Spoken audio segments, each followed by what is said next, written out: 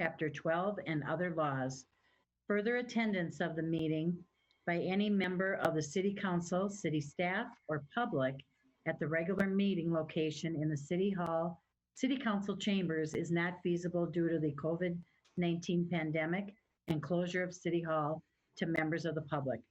As a result, the foregoing City Council meeting will be conducted solely by telephone and other electronic means as provided in Minnesota Statute 13D.021, and no in-person meeting will be conducted in the City Council chambers. I think it is important to recognize that using a video conference is not as good as in-person meeting, but it is necessary. Under the circumstances, we are doing the best we can to maintain transparency and due process. I would appreciate everyone's patience and cooperation as we work through the meeting. Please stand for the Pledge of Allegiance.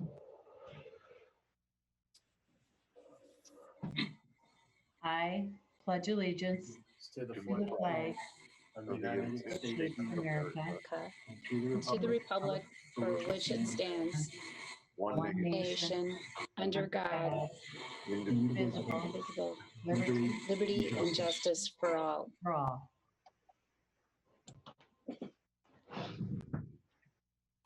Thank you.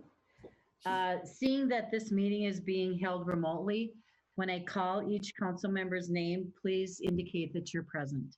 Councilmember Balsonic. Here. Councilmember Brox. Councilmember Fulch. Here. Councilmember Liefeld. Member Liefeld. Councilmember Lund. Here. Councilmember Vaughn. Here. Let the roll reflect that all council members are present and a quorum has been established. Council members, are there any corrections to the minutes from the regular meeting of April 6th? No. Seeing none, they are approved. Public comments from the audience. We have options for comments to be mailed prior to the meeting, as well as an interactive feature during the meeting. For the emailed comments, they have been forwarded to the City Council and their receipt is acknowledged. Recognize that items not on the agenda will not be discussed at this meeting or this evening. We ask the attendants use the raised hand feature and they will be invited to speak one at a time. I also want to remind everyone that the public comment period is not intended for extended dialogue. Anyone here that would like to address the council?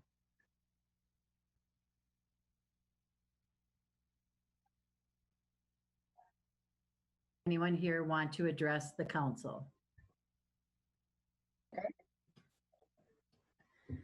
Council members, are there any council items to be considered? Okay.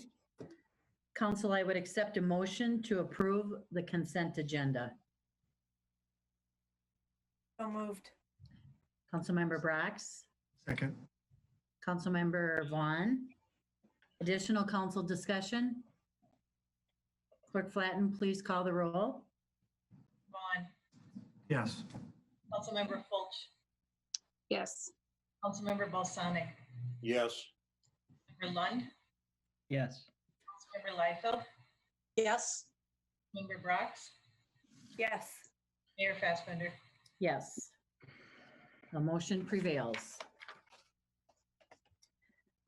Tonight we have reports from city staff, community development, special use permit, neighborhood commercial use, Kisby Ventures, 201 East 7th Street. For this item, we have an introduction by Community Development Director John Hinsman. John, welcome.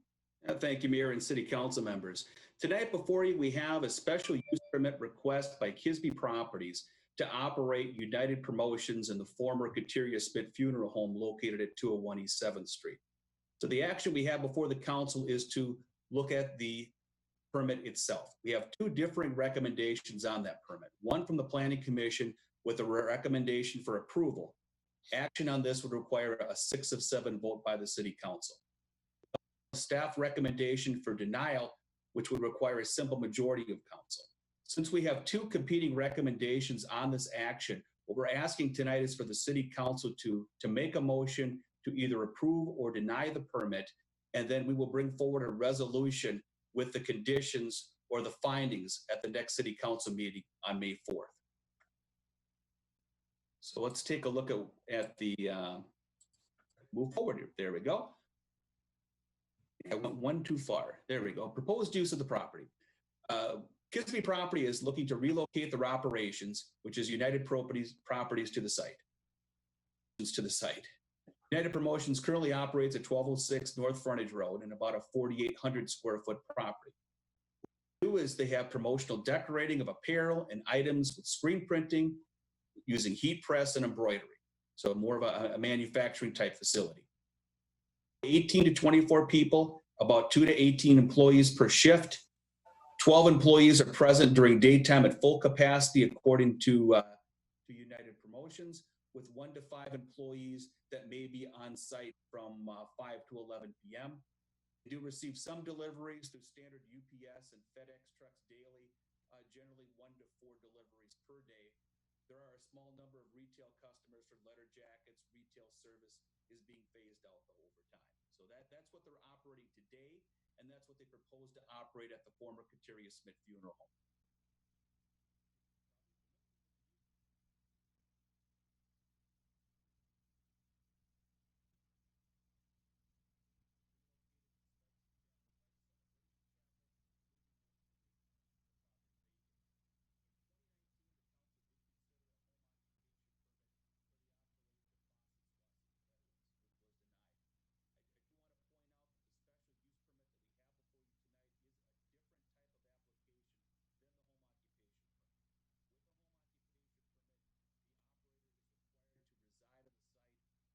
Special use permit.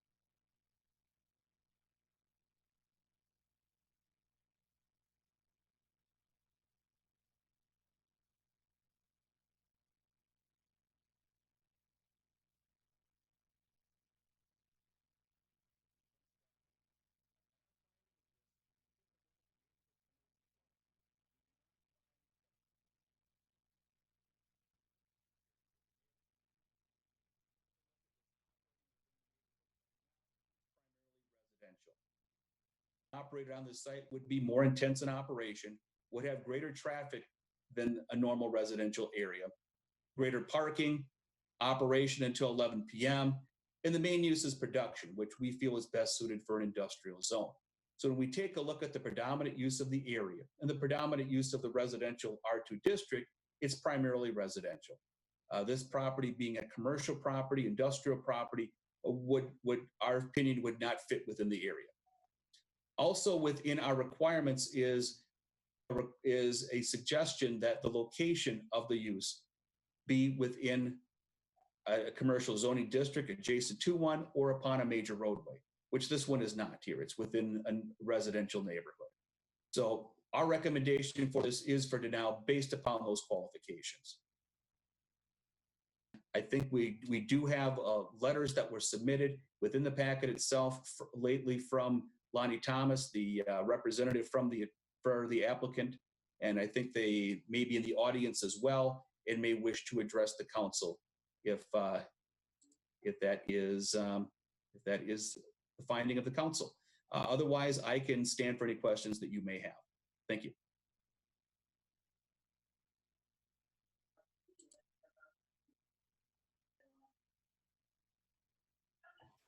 Council discussion?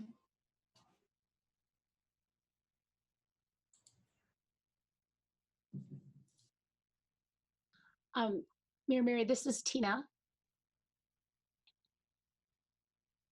Is it okay to proceed? Sure, go ahead, Councilor. Oh, okay. Thank you. I had a nice conversation with Bob Kateria, who used to own the property, and he had shared with me that at the time that he had ended use of the facility, that they had about 150 funerals at the home.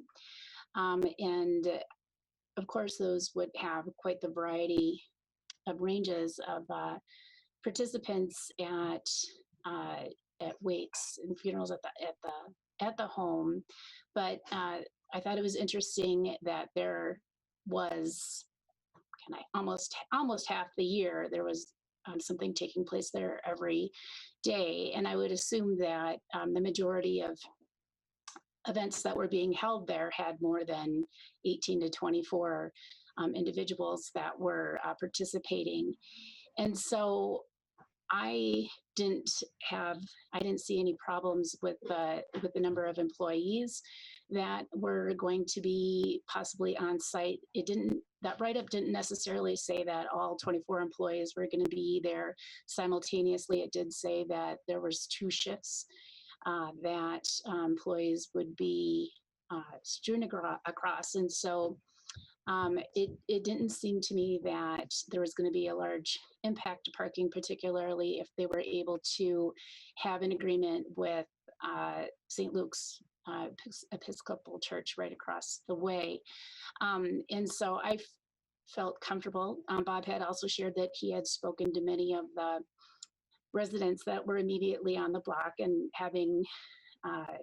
he had said that the funeral home had been in his family's care since he graduated from high school. So he had longstanding relationships with people in the neighborhood. And he said that there's general consensus amongst them that they were in agreement with the use of this property for this purpose. And so that was very comforting to hear. We've had some difficulties in finding the right fit for some of these older structures, larger structures that are in the neighborhood. So I support moving ahead with this proposal to use the facility as outlined in the proposal.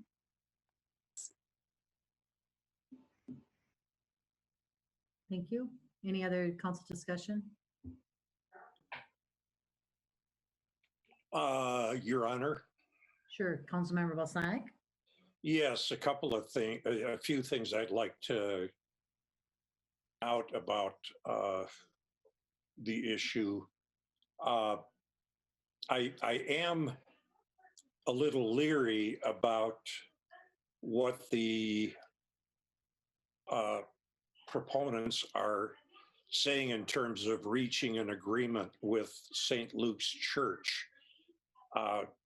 I'd be much more comfortable if I saw something in writing that would indicate that shared parking could take place between the church, the company. Now, I do understand that the relationship with the funeral home and the church for overflow parking, and that there was an arrangement with that whereby the funeral home was going to take care of the maintenance on the parking lot of the church. And I believe that included snow plowing and ice removal, seal coating, things like that as necessary. I would like to see something definitive that says that the new owners are going to enter in, not that they're going to, but they do have an agreement with the church that's going to be very similar to what the funeral home had. Looking back on the history of that property, that was actually city property years ago. And from what I gathered from speaking with people, the city was in dire straits to get that property sold. And so it was agreed that the funeral home would move in and purchase the property. I just wanted to point that out because there was some city involvement initially years ago in terms of the sale of that property so that it could become a funeral home and therefore be a business within a residential area. Now, I also understand that with the alley in back of the purchaser's property, there was at one time parking spaces up to between 3 and 6 or 7. Nobody could give me a definitive answer on that, but from the alley, employees, if they were to park there, would have easy, ingress into the property. So we should take that into consideration. I guess right now they're off the alley for the property in question, there's grass. So it's not a formal parking lot, but it could be turned into parking spaces, along the property line, right along the alley without blocking the alley. So I'd like to see some assurances that the property owners would do something about that, again, to alleviate some of the pressure in terms of parking. Okay, third thing is that I'm surprised that there were so few residences that were having difficulty wanting such a business in the neighborhood. I know Mr. Piney wrote a letter, which we have, that says he was not in favor of it. But compared to the number of residents' complaints for the last entity that wanted to purchase the property, this is really quite a turnaround.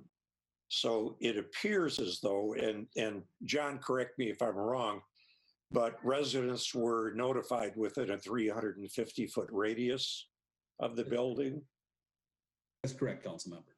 Okay, so everybody had ample time, had ample notice to submit any statements either for or against.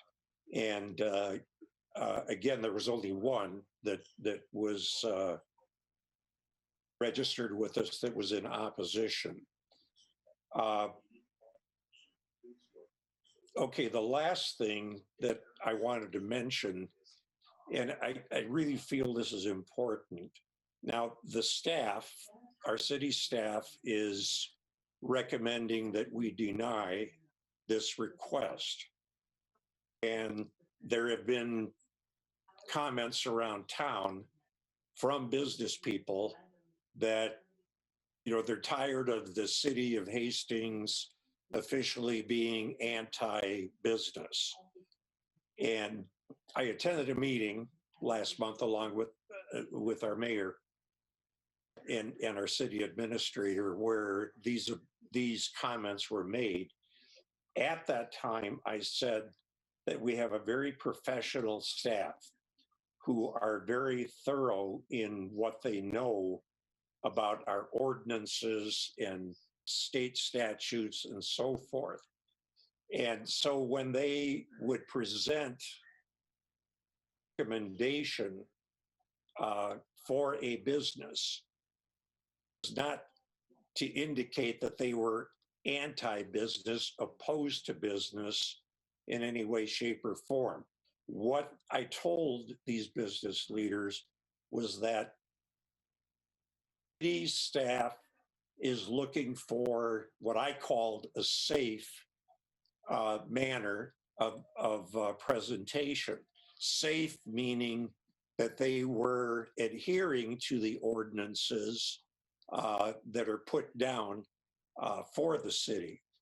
And so if we have something that delineates from what is ordinance, then this is very understandable that they might recommend opposition to something like this. Please, to the business community, understand that our staff is diligent, they're highly trained, professionally educated, and they know exactly what they're talking about. And they do not, to me, show any bias for or against businesses as they come before the city council for something like this that we are now talking about tonight. I think it's very important that we make that point. There is a recommendation from staff to oppose this. We'll have to see what the council would like to do, but keep in mind, business community, that this is our staff giving what they think is a professional bounds, the way to operate a city. And that's why it comes before the city council to see if there might be some delineation on that for legitimate reasons. That being said, again, I would like to see if the property purchasers would be amiable to making parking spaces off the alley and back. And I would like to see them get into a formal agreement with the church in terms of parking maintenance, priority of parking, because the church does have a lot of functions where the parking lot is full.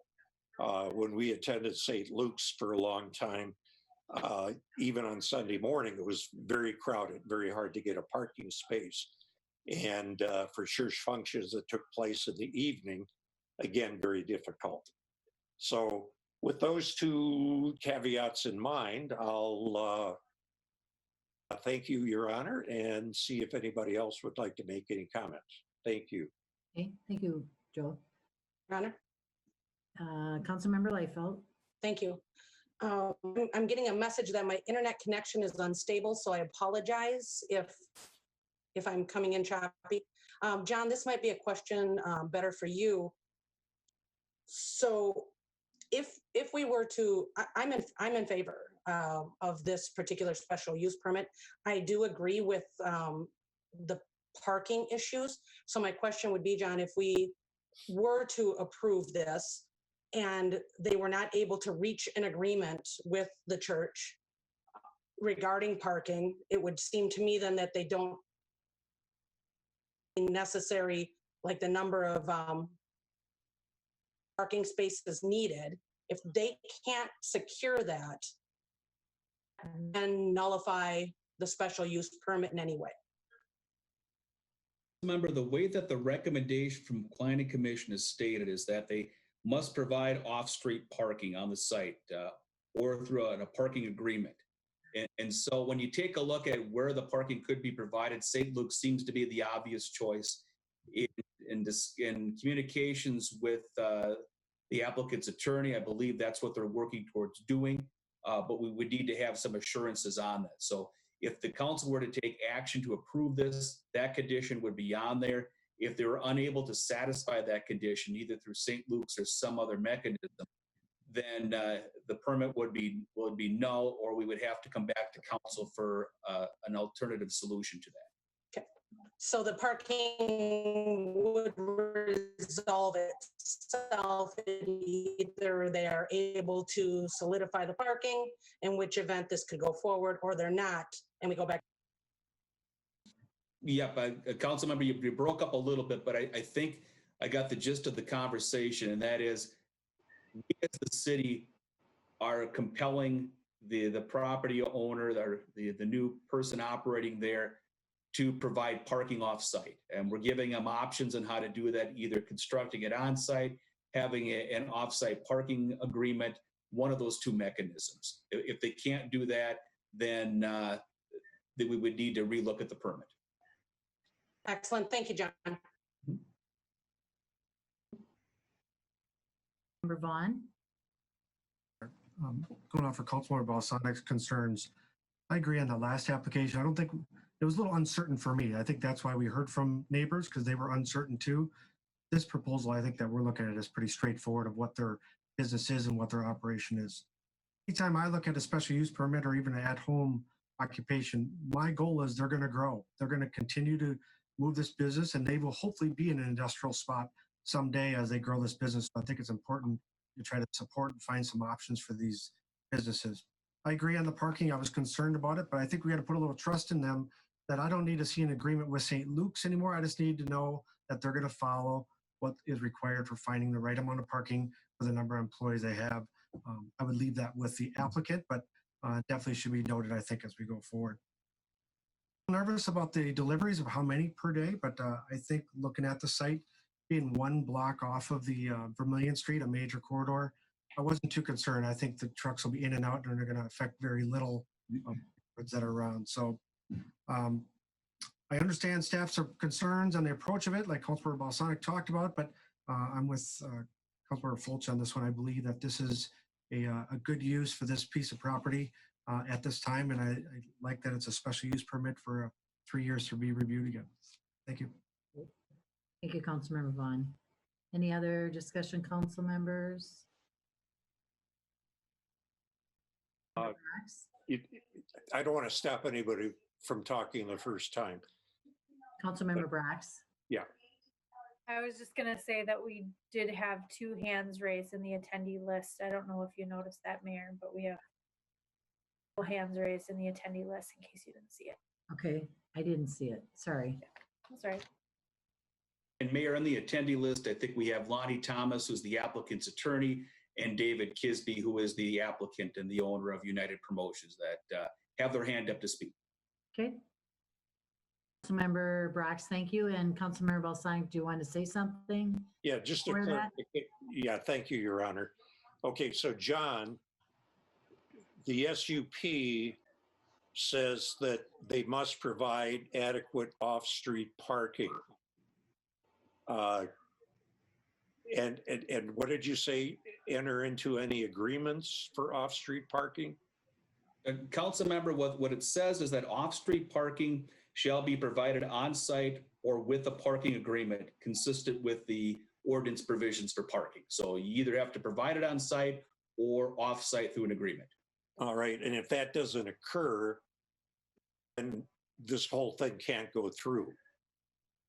Right, council member. If that was not able to be achieved, then the provisions of the special use permit would not be met. The council could relook at this and perhaps look at some other regulations for it, or they may take the position and say that this cannot happen at the site. Okay, well, in that case, I am in favor of voting for the business, with that caveat that you're mentioning. And again, I'm just hoping that they will enter into a good agreement with the church and that they will provide some off-street parking via the alley to the north of the property. Thank you, Your Honor. Okay, thank you. Mr. Thomas, if you wanted to, Councilmember Lund, sorry. Thank you, Your Honor. Just real quick, I also support it. I think it's good to to move this property along, and I think this is a good solution. It may not be the the ultimate ideal one, but if we wait forever, that may not happen. And I think this is a good move. The back of the building, when you look at it from a sky view, it looks like probably about 10 spots if you're really kind of tight with the parking with the existing cement that they have in the back there. There's like 2 garages back there, right? So that's obviously not enough. There is that grass that Councilmember Balsonic had mentioned. I don't know if that provides the additional 15 or some sort of reconfiguration, but what other, if the church thing falls through, what other recourse would there be? Otherwise, are we just going to be coming back and talking about this later? I guess is my point. Your Honor. Yes. Yeah, in reference to that, reference to what Councilmember Vaughn just said earlier, it's a growing business. I would love to see it grow even more than what it is. And in so doing, they may outgrow this particular location and would have to go elsewhere. With that in mind, John, when you and I had the conversation this afternoon, just kind of explain if this business was approved, went into business on the site, and then say 5-6 years later, decided they were going to move someplace else because they needed more space to operate, what happens with that property? Remember, I can address that. The special use permit is specifically for this type of operation on the property. If this use was to go away, the special use permit remains on the property and would allow someone to operate similarly. However, if a use were to come along that was substantially different, perhaps more intense, that would not be covered under the special use permit. And another consideration for a new special use permit would be before the council at that point. Very good. Thank you, John. And this is for the benefit of the residents in the immediate area that, by approving this, we're not allowing anybody to come there in the future, blacksmith shop or anything like that that's going to be high intensity, like you said. It's got to be something just about the same as what we would be approving here tonight. Otherwise, the whole SUP goes out the window and you start from scratch. Okay. Thank you, Your Honor. Councilmember Lund. Thank you, Your Honor. I still have the question of the parking lot. What do you think, John, is the capacity with the lawn and with the existing concrete in the back? What would that possibly be able to hold for parking spots? A council member, that to hold all the required parking on the site, I'm looking at an aerial map and trying to run the calculations in my mind. I think it'd be very challenging. I can't say it could not be accomplished, but I know there's a garage that they may want to access off the back of the building, which would come into play for how parking could be configured. I think from our estimates right now on the back of the property, there's 10 or so parking spaces that you could have. There's areas to the east of there where a few more could go in. And then you've got that circle drive that comes up to the main part off of 7th Street, which perhaps could park as well. I'm not sure what the width of that would be. So I guess I'd call it challenging. I guess I don't know whether, say conclusively, whether it could or could not be met on site. Thank you. Yeah, but it seems like there's some way to not have to find 25 spots offsite. They could be talking about 5 to 10 spots offsite, and that becomes a little bit more palatable maybe to some of the neighboring properties. Just curious because I don't, want that to be a problem, and then we have to deal with, how to deal with that going forward in another month or whatever. But thank you. And maybe Mr. Kisby or Mr. Thomas will have that answer. So if council doesn't have any other discussion, I will go to Mr. Thomas, if you would like to speak. You're muted. There you go. Yeah, I'm Lonnie Thomas. I'm the applicant's attorney. Can anybody hear me okay? Welcome. Yes. I was planning to be here. I did quite a bit of talking at the planning commission level, but now I've submitted enough paper to you. I decided maybe I'd not bore you with a bunch of comments, but there's obviously a lot of interest in the parking. So let me at least address that. One of the first things that I looked at, I do a lot of zoning work. One of the first things I looked at was parking. It looked to me on my initial review of the file and the property and visiting the site and discussing what we're going to do with the property, or what we'd like to do. One of the first questions I asked was parking. Because 25, I don't think you're going to get 25 cars on that lot. So I asked about that, and I was told that there's a long-standing, apparently, but with Mr. Kisby it doesn't exist, but there's an agreement with the church. We went to the application and filed it.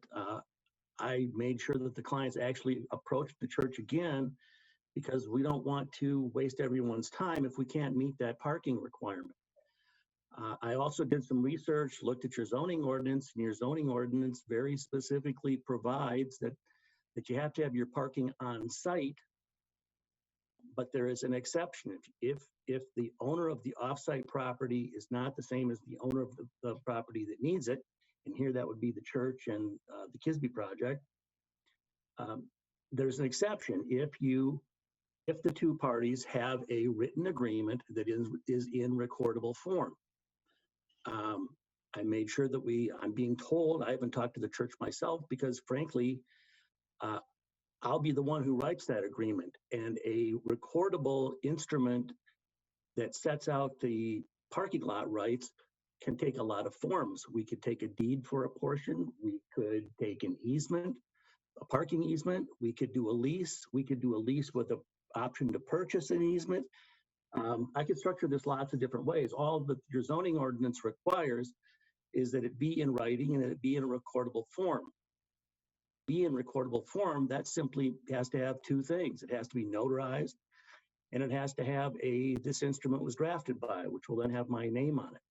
But my point is, I was all over the exact same issue you are all over, which is the parking, and it's been said a whole bunch of different ways.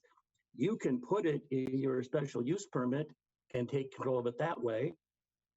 Be belt and suspenders because your zoning ordinance already provides for it. And I've already been looking at exactly what I need to put together to satisfy your zoning ordinance. And this project isn't going to go anywhere.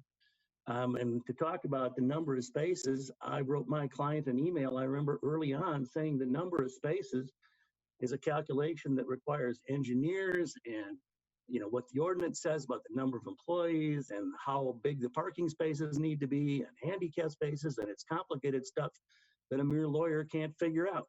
So taken care of, and it'll be taken care of to your satisfaction, and it will be taken care of apply with the zoning ordinance. And we all know, and we've known from day one, or at least from day one that I got involved with this, that we're going to have to jump through the zoning ordinance requirements to take care of this parking issue in ways that will make you all happy. Okay. That's been the primary focus. Like I said, I was planning to just answer questions. I would just, the only other issue that of significance, I just want to make clear, and I know I made clear in what I wrote, is that there has been up to 25 employees, but hours were 8:30 to 5 Monday to Friday, and that's when most of the employees, all but 1 to 5, that's when they work. And the early ones come in at 7, and that's again 1 to 5, and the 5 to 11 shift or that period is again 1 to 5 people, which looks to me like planning commission level. I made the point, I was up top before I was a lawyer, and my wife was an accountant. Well, our hours looked a lot like this. I would come and go when I needed to do my shift, and my wife was an 8 to 5-er. So it's more people, and we got to figure out parking. But in the deliveries, it's kind of gone both ways. But again, I live in a little neighborhood here in Egan, and I think all my neighbors seem to get about half a dozen Amazon trucks go through every day right now. So this isn't intensive, and I think as I wrote, application seems to fit essentially every one of your specific requirements that you should look at, and therefore we think we meet the zoning ordinance, and we think that we're a fit here, and the neighborhood support and the one person who apparently called and complained. It's interesting because I know this proposed use is less intense than a funeral home was when he bought his house, so this would seem to be an improvement. Again, I'm happy to answer whatever questions anybody might have, but I have enough of your time asking you to read everything I've written. Thomas, any council member want to speak to Mr. Thomas at this point? If not, Mr. Kisby, would you like to speak?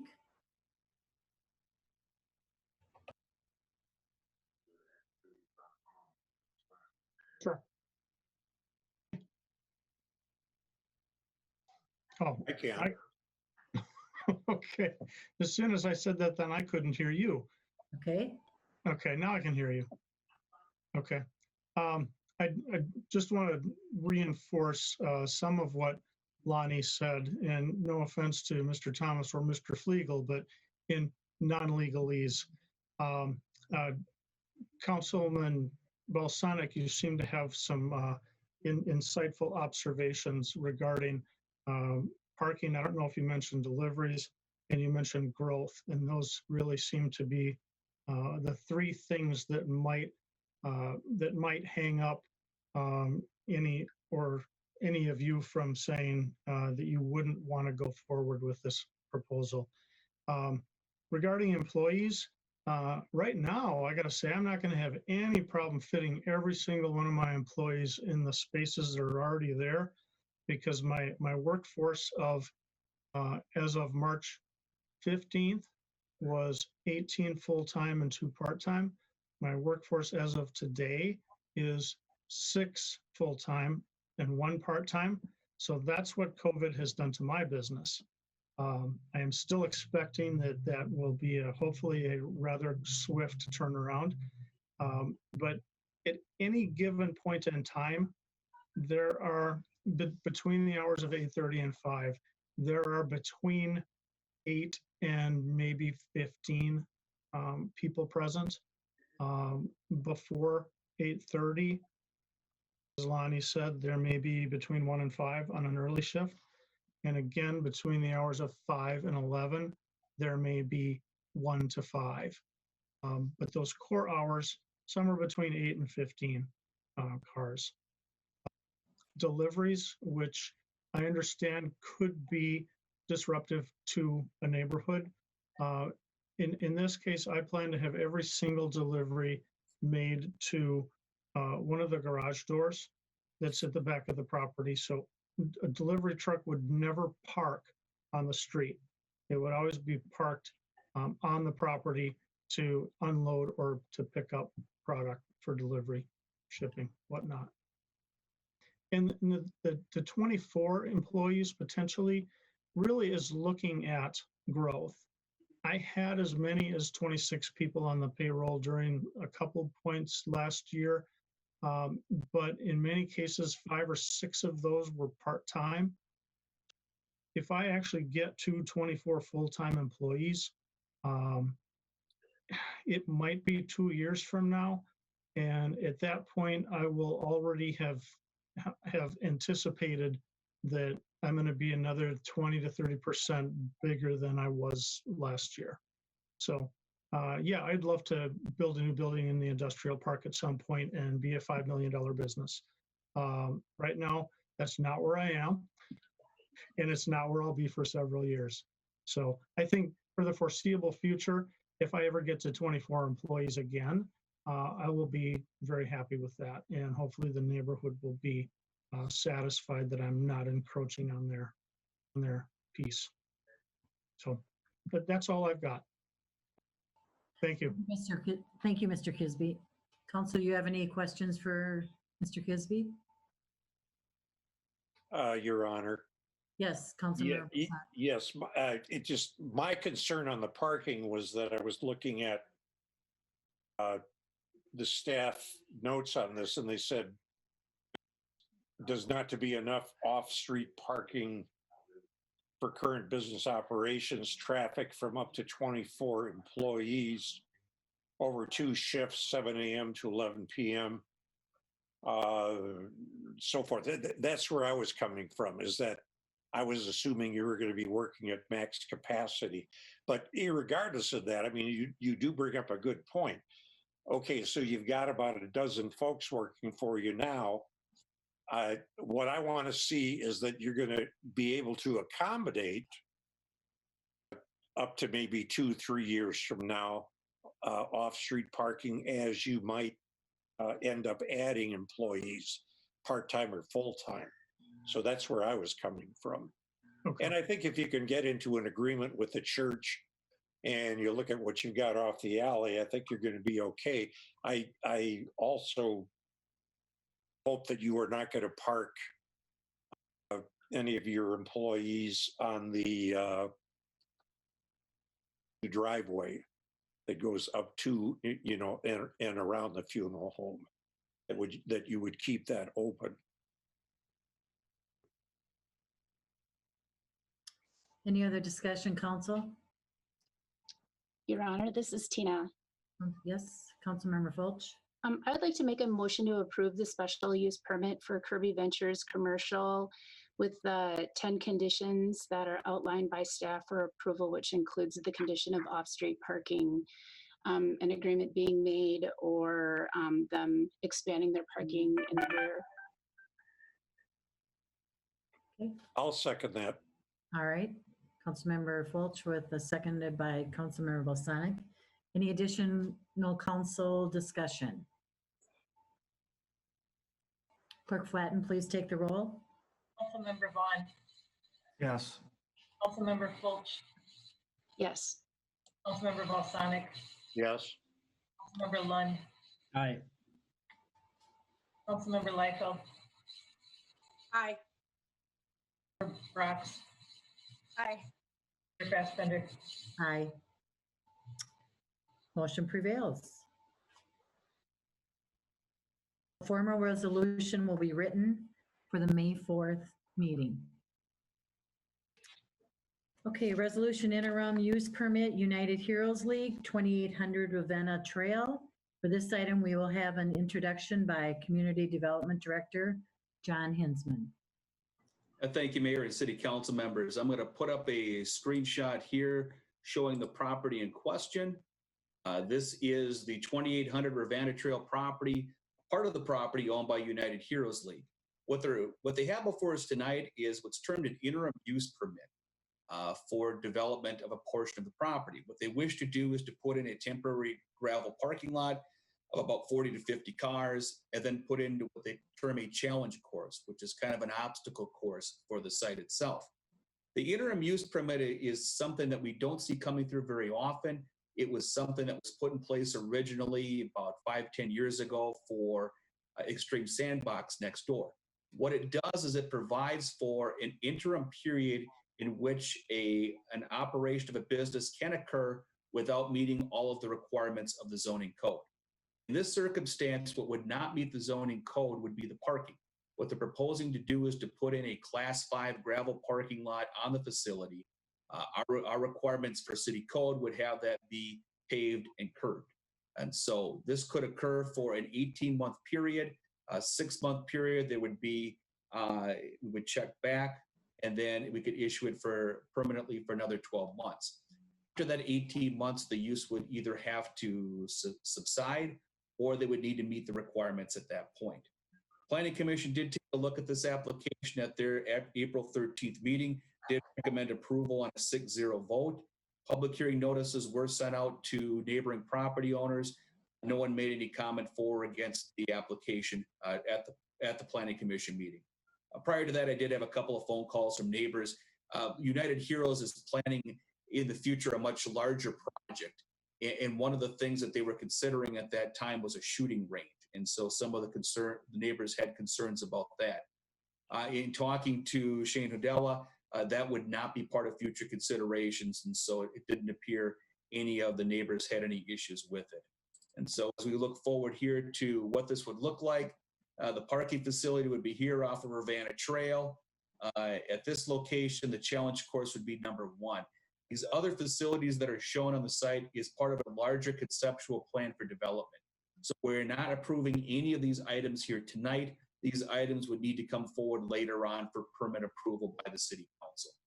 The challenge course itself would look something like this. Looks kind of fun to climb and challenge yourself as you went through it. So that's what we have before you tonight, and I can stand for any questions. Thank you. Okay. Council discussion? Yes, Your Honor. Councilmember Bosanic? Thank you. I know we're not approving it, but someday it looks like they're going to come forward and say, well, we want to put in those 2 shooting ranges.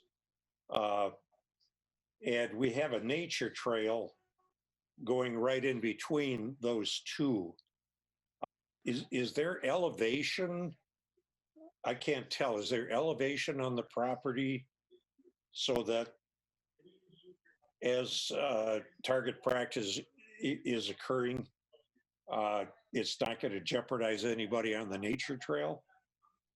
Councilmember, I can address that one. The shooting ranges, shooting facilities that are indicated on their concept plan here are no longer being pursued. So there will not be any shooting ranges or shooting activities on the site.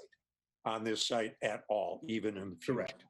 Okay. Correct. That's what they've told us, is that they're not planning to put those forward. If that would change at some point in the future, we would have to bring that forward to the council. But what they've indicated to me is that they would not be moving forward with shooting facilities as part of their long-term plans.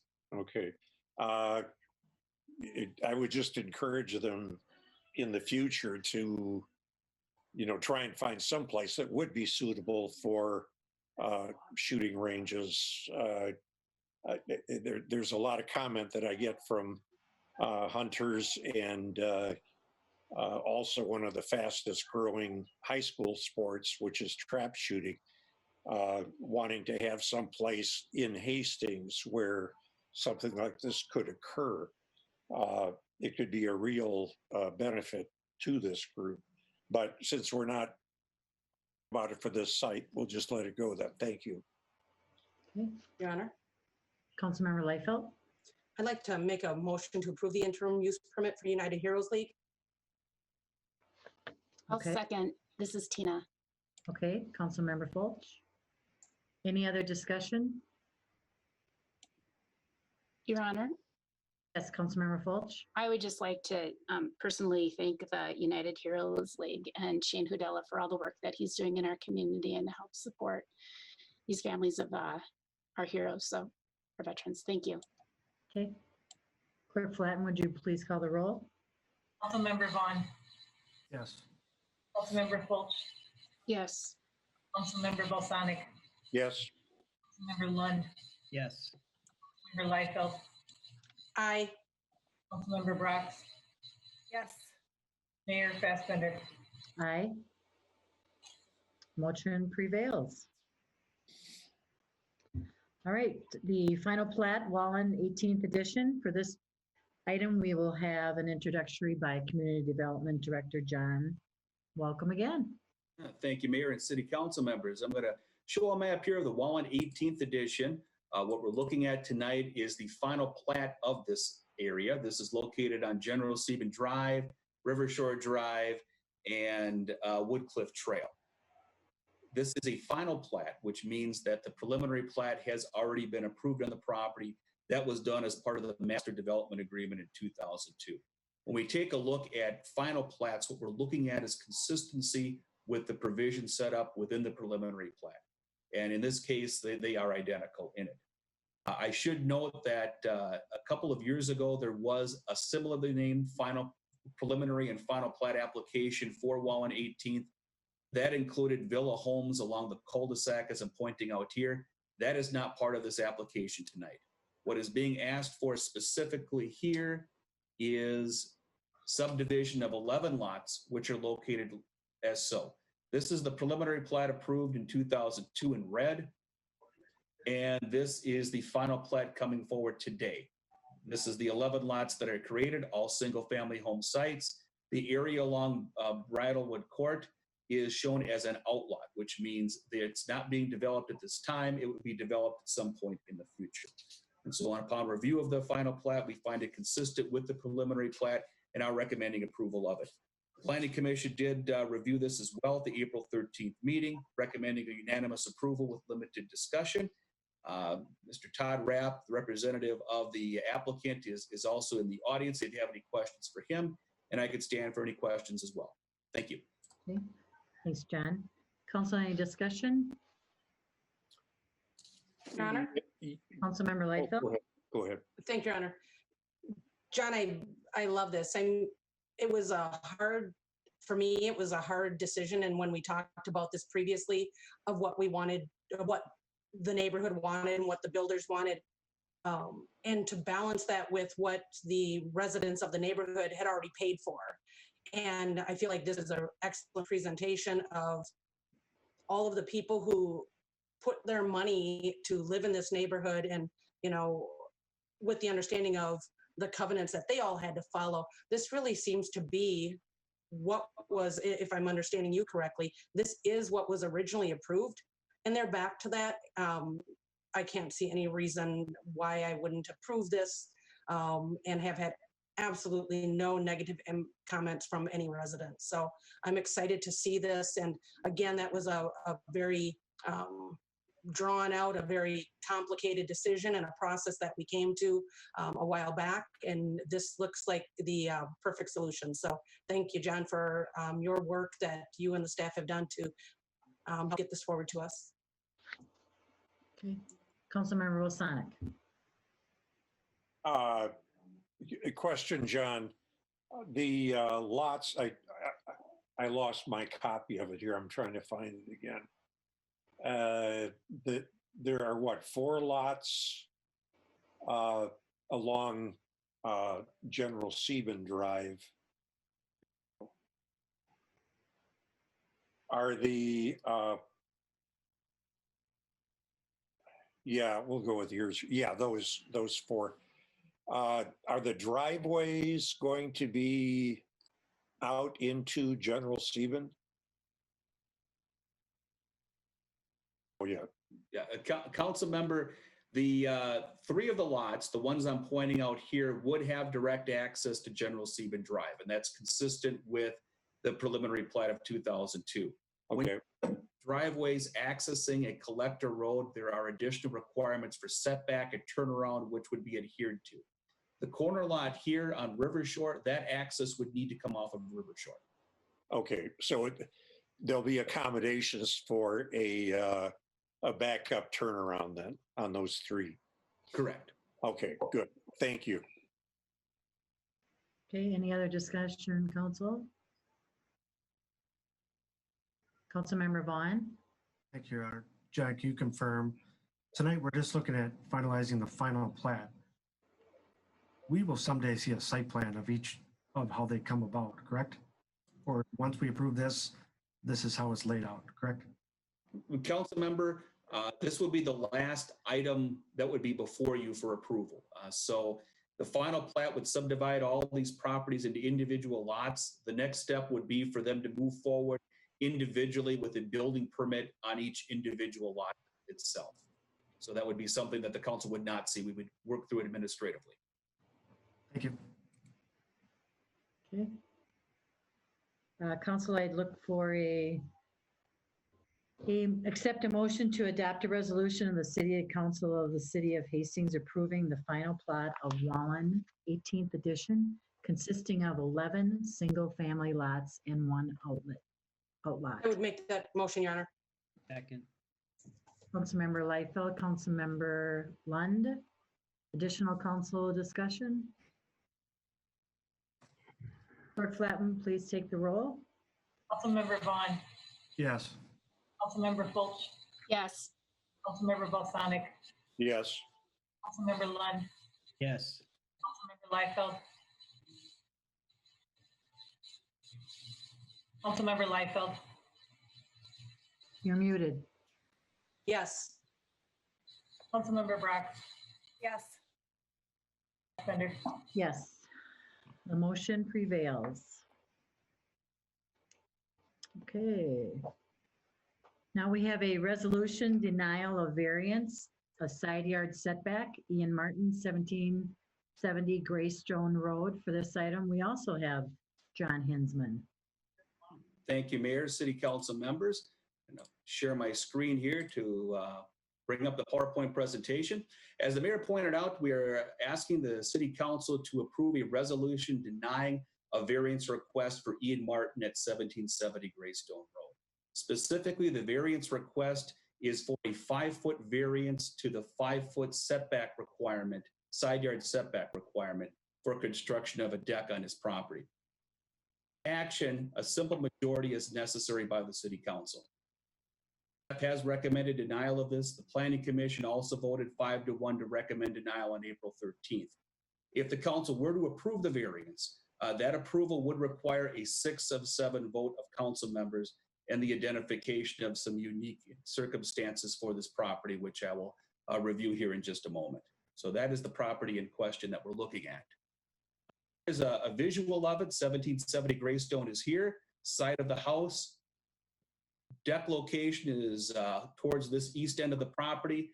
The property is immediately adjacent to a stormwater pond for the Wallin subdivision. So move forward here. This is a survey of the property here showing the proposed deck, which is located on the east side of the property. The dimensions of that would be 12 feet by 22 feet. The setback between the home itself and the side property line is 12 feet. And so what the applicant is proposing to do is to construct the deck up to the side lot line here. Within the zoning code, we do have a 5-foot side yard setback requirement for construction structures. We also have a 5-foot drainage and utility easement, which is located here as well. So this would, from a zoning standpoint, encroach within the minimum setback requirement, and it would also encroach within the drainage and utility easement that's been established on that property as well. So a little bit of a history on the project. In September of last year, a building permit for a 12 by 24 foot deck was submitted to the city. Staff did review that, found that it did not comply with the 5-foot minimum setback requirement at the time. So we notified the applicant that the building plans do not meet the requirements and they must be modified to meet the setback requirements at that time. What would need to occur to meet them would be to make the deck smaller. Instead of being 12 feet in width, the deck would need to be no more than 7 feet in width coming off of the house. If a 7-foot deck were to be constructed, it would meet the requirements of the zoning code. At the time, inquired about a variance being granted on the property. Staff did do a preliminary review and informed the applicant that it was unlikely that staff would recommend approval of that. And the rationale for approval or disapproval of the variance I'll review here in just a moment. So a building permit ultimately was not issued last year. And this year, construction began on the deck without city approvals. March 31st, a stop work order was issued by the building department. So work had to cease on the property. And in turn, a variance application was submitted for the partially completed deck. So the images that are shown in your packet there are the images of the deck at the stop work order. Essentially, the foundation footings and some of the structural members have been included within the deck itself. We look at granting a variance, we look at certain requirements within the city code itself. The city council acts as the Board of Adjustment and Appeals. there are certain provisions that are laid out that must be present in order for a variance to be granted. So I've summarized some of those aspects here. The totality of them appear within the proposed resolution for denial. The physical surroundings, the shape, the topographical conditions are not distinctive of this property. When you take a look at this property compared to other properties within the immediate area, within the Wallin subdivision, they're all of similar size and similar configurations. The topography is similar as well. There's nothing that we find distinctly unique about this property. It is adjacent to a stormwater pond towards the east side. However, there are another 14 lots that are also adjacent to the same stormwater pond within the subdivision. The conditions are not unique to the property. The stormwater pond location has been cited by the applicant as one of those unique qualities. However, there are other properties that abut the same pond and other properties within the city that either abut ponds or abut non-residential lands that any variance granted on a property may confer similar rights upon those places. That it's not in harmony with the ordinance purpose. The rationale for having a setback requirement is to provide some separation from the property line itself. Proposed here is a 5-foot setback, a 5-foot variance to the 5-foot setback, essentially taking up the entire setback requirement, which is not in harmony with the purpose of that ordinance. Practical difficulty must be present, and it's not here. The practical difficulty is what alternatives exist within the property. The property, a smaller deck could be constructed. A deck of 7 feet in width could be put on the property. That deck in turn could also be wrapped up further to the north. I'm gonna here a little bit. And when you take a look at the property deck location here, you could wrap the property, the deck up to the north, have a larger deck at that location, and still enjoy the views of the pond. A possibility with this property as well.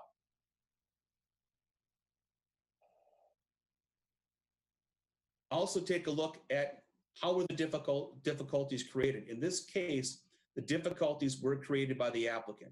The house itself is just a couple years old. Mr. Martin is the original property owner. He was the person that was the original owner of the property and was had a hand in the configuration and siting of the home at the property. That was at his discretion. So the property itself and the configuration of the home was a problem that was created by Mr. Martin on the original application, on the siting of the home. A difficulty is self-created. It's not a practical difficulty that can be considered as something for granting a variance if it's self-created. Also, when we're granting variance in absence of these unique conditions, we have to be very careful that we don't confer similar rights on other properties. If there's not something truly distinctive in this situation, we may be in a situation where other similar types of properties could come forward and request similar treatment. So any treatment that we have on this property must be carefully considered. We did have we did have a letter that was submitted with the Planning Commission report that I believe was included in the council packet. That was a letter in support from one of the property owners on the other side of the pond. Information was also received by Mr. Martin, and that information included in your packet as well. So at this time, staff is recommending denial of the variance request consistent with the Planning Commission and consistent with the proposed resolution within your packet. And I think Mr. Martin is in the audience, and I could stand for any questions. Thank you. Thank you, John. Council, any discussion? Your Honor. Councilmember Bosanic? Yes, thank you. John, is the pond the city, or is it owned by a homeowners association? Council member, the pond is not city owned. It is owned by the homeowners association. And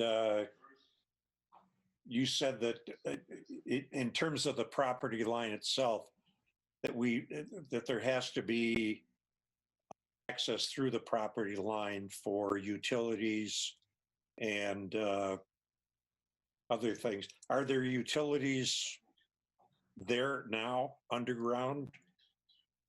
Councilmember, I'm not aware of any city utilities that are traversing the 5-foot easement on the east side of the property, no. Okay.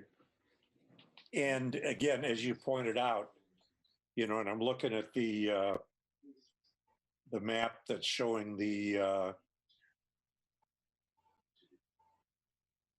I'd look at house is sitting, I'm looking on the west side where I think what we're seeing there is a 15-foot setback from the property line. Is that right? Council member, yeah, on the other side of the property, as I'm showing here, there is a 15-foot drainage and utility easement. So that there is a restriction from placement of the structure within that 15 feet there. Okay. That's usually indicative of a larger utility within that easement. Okay, so when the house was built, it could not have been shifted over to the west. Correct. Under its current configuration, yes, it would not have been able to be reconfigured much. Okay, thank you.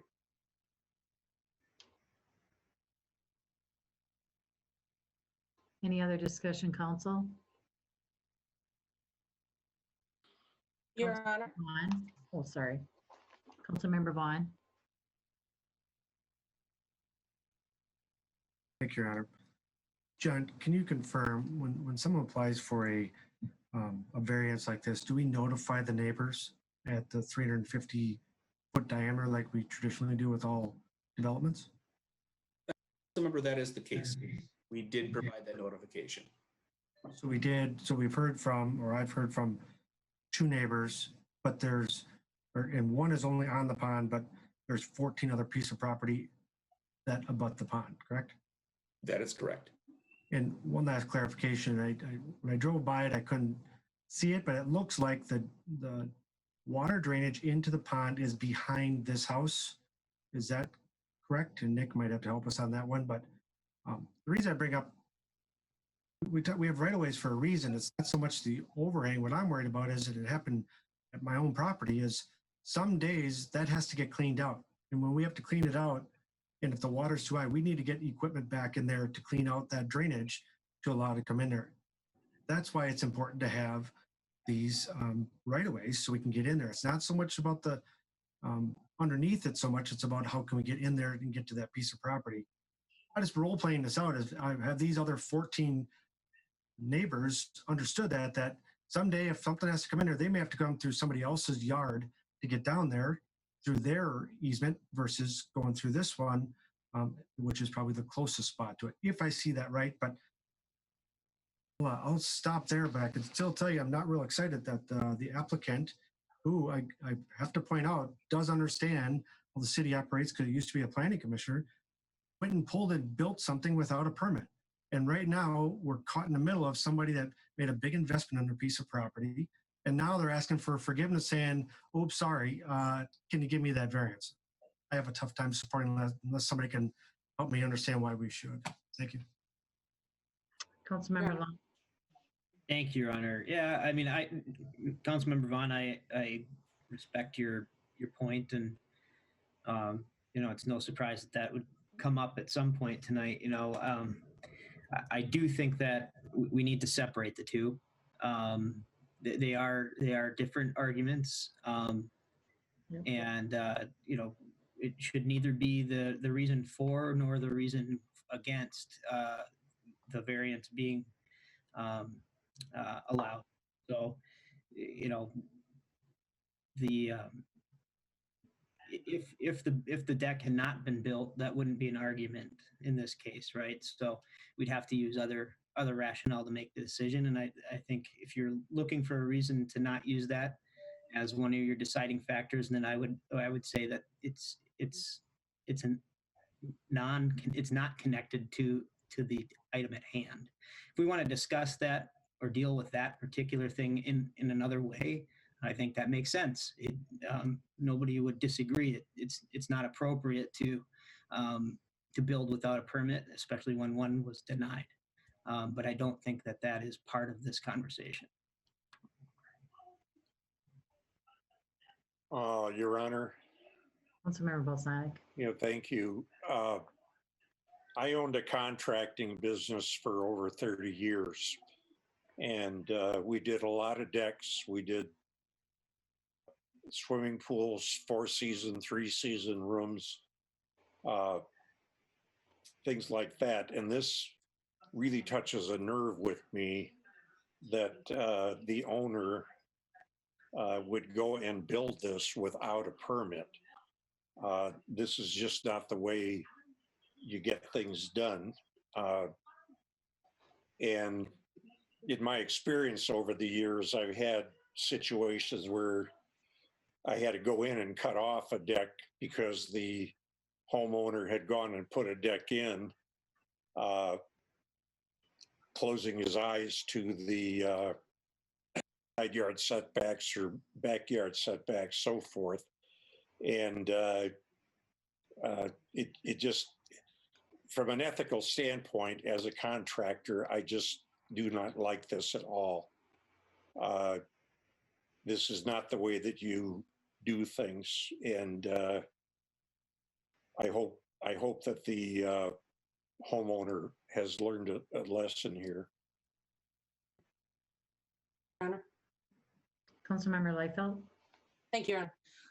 To Councilmember Lund's point, I appreciate you raising that because I've been looking at this for the last number of days and really trying to keep two separate topics separate, and agreeing, saying, okay, I'm going to look at this as though this hasn't been started. That's irrelevant to me. I'm not the code enforcer. So I'm going to look at this as, where are we at if we were to look at this today? Okay. My first question would be to John. Is there also a patio door on the north side of this house? Council member, I do not believe there is. I'm not certain of that, but I don't believe there is. Then I guess it's not so much a question as more of a concern, because I do feel like agreeing with what staff is saying in regards to this being a self-created issue. I'm concerned that the contractor wouldn't have known when they were putting in this patio door on the pond side to be able to say, hey, do this, here's your setbacks. Is it not, and John, this is a question, is it not the contractor's job to know the rules of those setbacks in this situation? Council member, I think a general contractor needs to be aware of a lot of different things, from the building plans to the engineering plans and the surveys. So the setbacks and easement, I think of something that is pretty top of mind for general contractors and placement of structures. Okay, so that being said, self-created, when building this home, you've got the pond, verify, because they're told how far they have to be off the street. They're told how far they have to be off of their property lines. So that makes me feel very self-created. But I did have another question in regards to that right-of-way, that easement portion. Do we have anything buried under there? Remember, we do not have anything buried within that easement. What we do as a policy, and have done so for probably 30, 40 years, is that on any new subdivision that comes forward, we establish what's termed a perimeter easement. Essentially, if there's a specific utility in there, we'll have a larger easement. Or if there's a drainage issue, a larger easement. If that's not in place, we'll have a minimum 5-foot easement on a property. And the reason for that is we don't know what may be needed in the future. And there may be a need for a utility to serve this property, to serve other properties in the neighborhood that would need to come through this property. And when you take a look at the original plat of Hastings, the older portions of town planted 150 years ago, these were platted without easements on the property. We have situations that come up today that we could not have anticipated in 1857, in which access to the property is helpful. And if we don't have it, we have to access it after the fact. So we try to be proactive in creating utility easements along properties, even in circumstances where there's not an immediate need. Okay. Thank you, John. So then my final question would be, this isn't so much about the pond then. This has nothing to do with this pond. It has to do with us being able, if we ever have to get in for utility purposes. This is a basic property easement, which really doesn't have with there being a body of water there, because we don't own that water, correct? That is correct, council member. We do not own that property.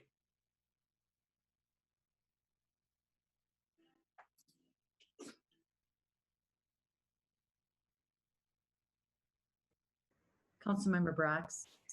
Thank you, You pro- Mayor. Thank you, John. My question is more about the original building permit for this house. When the original building permit was pulled, was this access point noted, and did we provide any feedback that this may be problematic in the future? A council member, on the original building plans, I believe that the door to the east where the deck has been constructed was noted on those plans, yes. As far as any communication that occurred between city staff and the property owner or the contractor, I'm not aware of any communication taking place there. So in your opinion, is that something that we should be responsible to note, or is that something that is really on the side of the homeowner and the contractor to notice when they're doing the planning for the site and submitting the plans to the city for the building permit? Yeah, council member, I think a little bit of both on that one. I mean, from a staffing standpoint, it's always best to provide guidance on this. I mean, when you take a look at the location of the door, it would have provides room for a 7-foot deck. You know, perhaps that would be adequate for someone to use, but perhaps the applicant would have uses beyond that.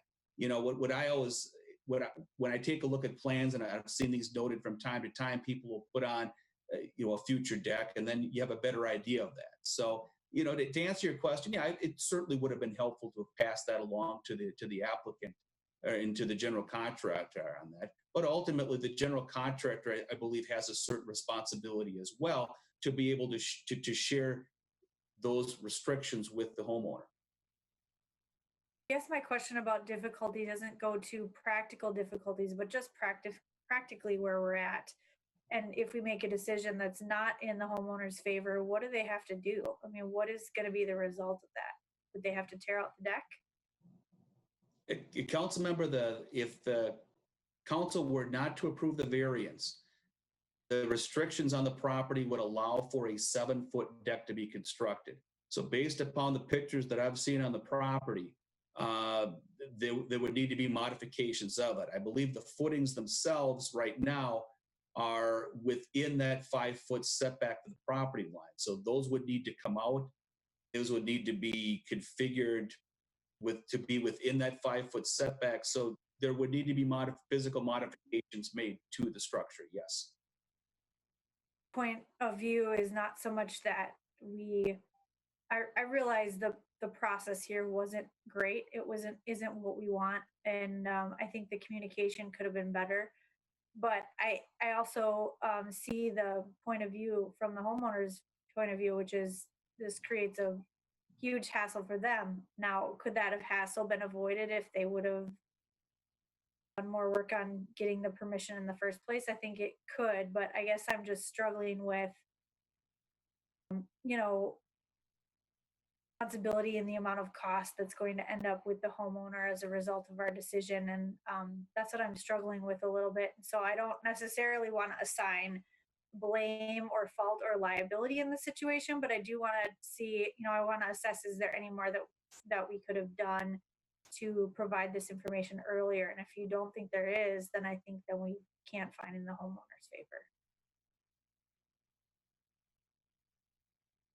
Verlund? Thank you, Your Honor. When you're dealing with a contractor, you're putting a lot of trust in them too. So I'm not looking to point fingers because I don't know all of the details of what that relationship was like when the home was being built. But I noticed one of the points on the presentation that was provided to us was that this was self-imposed, and maybe indirectly, but I think there's a lot of responsibility on the person, the professional that you hire on your behalf to do the right things by you. And it may be that, and maybe we'll have to hear from the homeowner. I believe he's in the crowd there or whatever. But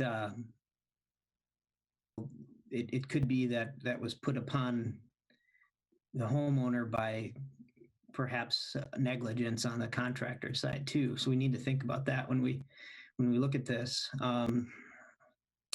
Also, I want to point out, Councilmember Balsonic had mentioned something a couple of items ago that I think relevance here as well. Our staff does a good job. We have a really good staff, and they're doing exactly what they're supposed to do, following the process. And there are times where we may have a different opinion from them. And what this particular process is for is to come before the council and talk about these unique situations that maybe aren't clear in the policies and ordinances that are put out in front of them. So that's not an obvious decision for them. And so that's why it's put upon us to look at these. So, Councilmember Balsonic brought that up when we were talking about the other issue today too. And I think that has some pertinence here as well. So I'll leave it at that. Your Honor. Councilmember Balsonic? Yeah, thank you. Kind of in reference to what Councilmember Brox had as a question and a comment. I said I've had plenty of experience in this kind of thing. Here's what happens. Homeowner decides he or she wants a deck. Now, if they're going to build it themselves, they go and get a permit from the city. Second possibility is the homeowner wants to build a deck, they hire a contractor, and the contractor applies for the permit. The homeowner can apply for the permit even though the contractor has been hired. I don't know what happened here. If it was the contractor that went for the permit or if it was the homeowner that went for the permit, either way, there's fault here in that they were notified by city staff this was not going to work. And the whole thing kind of went to sleep for a while. And then all of a sudden we've got this deck being built without a permit.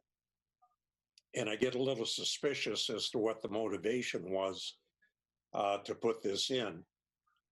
Build the deck and then you kind of roll the dice and hope that the council is going to go for it and say, well, it's already built. I don't like that approach. I don't know if that's what happened, but sometimes things add up. We've got a deck that was built without a permit, even though the city staff pointed out that it could not be built to these specifications, and falls on the homeowner. And yes, there's going to have to be some work to disassemble this. I'm assuming that some of the materials can be salvaged and reused. 7-foot deck can be built off of this deck door, which is fine because it's plenty of room to walk back and forth. You can have two people walking in opposite directions and still get by. And I have built decks like this where 8 feet wide and it ramped over to the other side of the building, larger deck. There were plenty of ways to get this thing satisfied other than building it without a permit. So they were told they could not build what they wanted to do. And, you know, the handwriting is on the wall here. I don't see any hardship here. And I always look at variances as, is there a hardship? That's what it boils down to. John gave us a list of things, but historically, where's the hardship? I don't see one here. If there is a hardship, it was self-imposed by the homeowner, in either by himself or in concert with the contractor. And if it was the contractor that built it, I think the homeowner can go after the contractor too, but that's another can of worms. The bottom line is, I don't see a hardship. It is a hardship. It was self-imposed by the homeowner. To me, does not qualify as giving a variance. Thank you, Your Honor. Councilmember Vaughn. Thank you, Your Honor. I want to respond to Councilmember Lund had asked me to look at this as two separate things, two separate items. To the document here on September 13, 2019, the original permit was a 12 by 24 deck.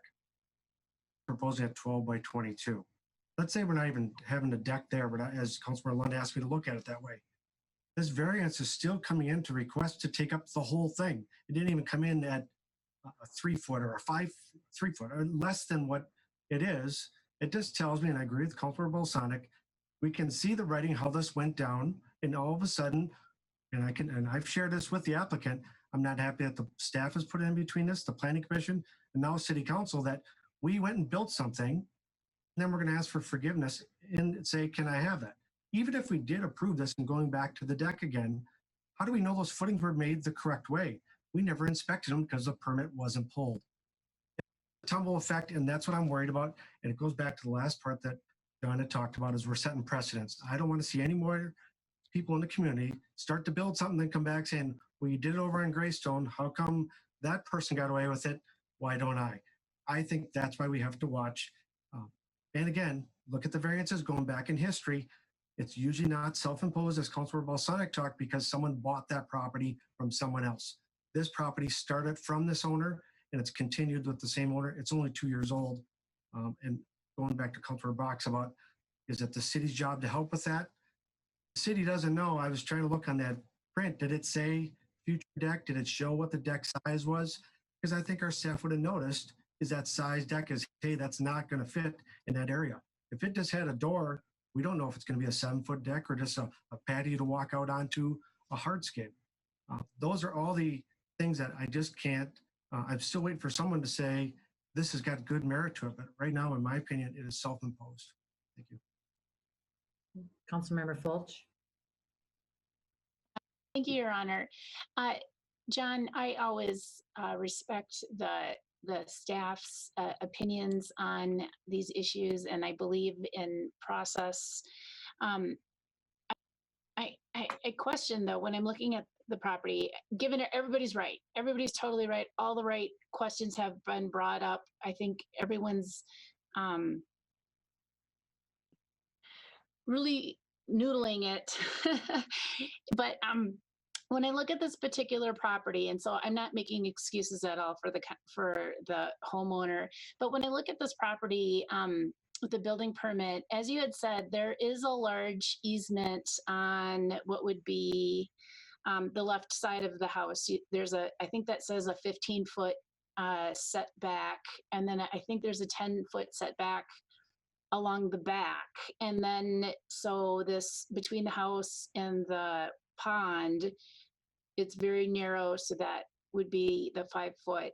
So theoretically, this property has already been constructed so that if there was going to be some kind of utility that was going to go through, it would be going to the left of the house or along the back side, that the probability of a utility needing to go on that narrow 5-foot edge to the right of the house would ever really be needed. And am I reading the property map correctly here? It says at the top, site plan from 2019 building permit. It has all of the for the property on it. Yes, Councilmember, you are correct. There's a 15-foot drainage and utility easement on the west side of the property there. I'm not certain what is in there, but generally something that wide is going to indicate a utility such as a water main or a sanitary sewer pipe in there. And so that's been accounted for within that easement. I am uncertain as to whether additional uses in the future that we don't know what they would be at this point could also fit within that easement as well. They could, they may not. It's difficult to say. With easements on the property, and the reason we established the perimeter easements is really for the unknown at this property. You know, when you take a look at the property size itself, it's nearly 15,000 square feet. So, you know, it's not a small property. It's a sizable property that we're dealing with. Sure. And speaking with a homeowner, he had said that the house was always constructed for the deck to go on the right side of so that's the east side of the house there, next to the basin, and that he had said that egress windows are on the back side of the house, which make it prohibitive for the deck to be placed in the back. And so clearly the intention was, when the house was originally built and designed, was for the deck placement to be in that location. And so I can understand the the owner of the property being a little thrown off, you know, to be surprised to find out that that the deck can't be built there as they had originally hoped. So it seems to me to be a hardship on the property owner to make them tear out the entire deck at this point, because theoretically, maybe it sounds like a slim possibility of a chance that a utility could actually be placed on that 5 feet of the property. And then when you consider that the entire property to the right of it is a drainage pond, that there's not another house. I mean, so it's not like they're getting too close to their neighbors and encroaching upon their privacy or anything like that. There's nothing there. And so just trying to be more of a realist in looking at the situation and at the construction of this property and how those easements are all around it, it just seems very unlikely that there will ever be a use for that 5 feet at the edge of that property. And so just for that consideration alone, I just feel like it does place a hardship, whether or not the homeowner, you know, intended to break the rules or not. And when I spoke to him, it didn't sound to me like he intentionally was trying to get away with something. But you know, he is online, and if the council would like to hear what the actual circumstances were around the building of the deck, I would be happy to listen to Mr. Martin since he's available for comments right now. Yes, let's finish council comments and then we'll go to Mr. Martin. Okay, thank you, ma'am. Councilmember Lightfoot?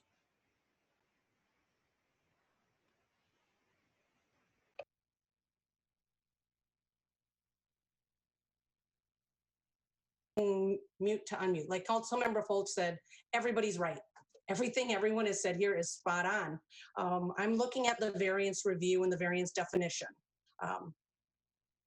Attorney reading code, not my strong suit, but number 2 rings a bell to me because I'm concerned about setting a precedence. And I think that's what we're all concerned about. I don't want to say, you know, follow the theory of it's easier to beg for forgiveness than to ask for permission, which is sort of what we're being asked to do here. So if I separate those two things right now and say, I'm worried about the precedents. So when I look at number 2, John, the conditions upon which the petition for a variance is are unique to the tract of land.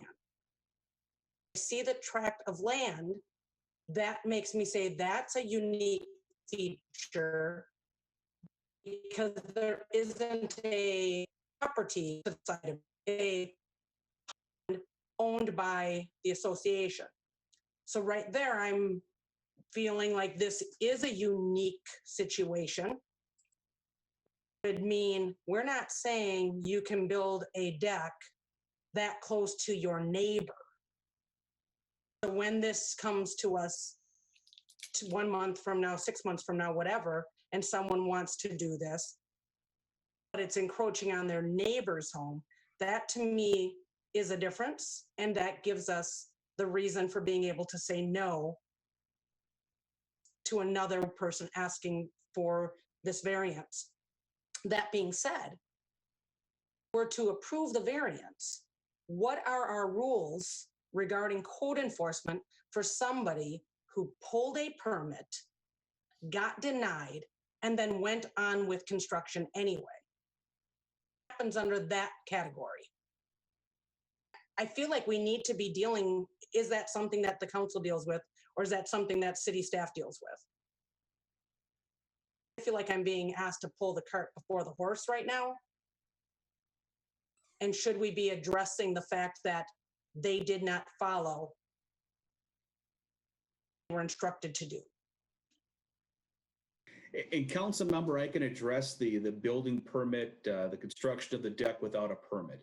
I believe that ordinance would allow for that property to be double fee. So whatever the building permit fee would be, they would need to pay double that in order to move forward with the permit for construction.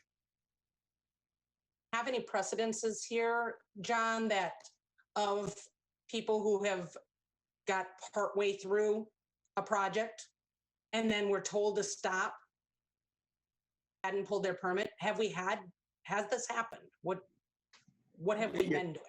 Yeah, council member, it comes up from time to time, and really it falls under two categories. A category in which a homeowner moves forward without knowledge of what the requirements are, in a situation in which the homeowner moves forward knowing what the requirements are. So the situation is the homeowner knew the requirements because they were told no to do it anyway. Now comes to us for this variance, which I'm in support of the variance, but I'm not in support of the, begging for forgiveness piece. That piece concerns me. So is that something separate that needs to be discussed?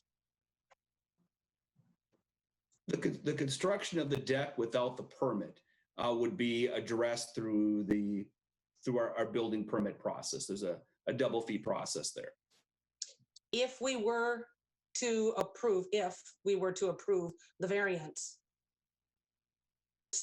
still allow before step to say, okay, wait a minute, you got caught with your hand in the cookie jar here. Now let's talk about is associated with that. That in and of itself is separate from this variance request. Is that true? The council member, yes. The actions that we would take related to the building permit and not obtaining a permit for construction would be dealt with separately, correct? Okay.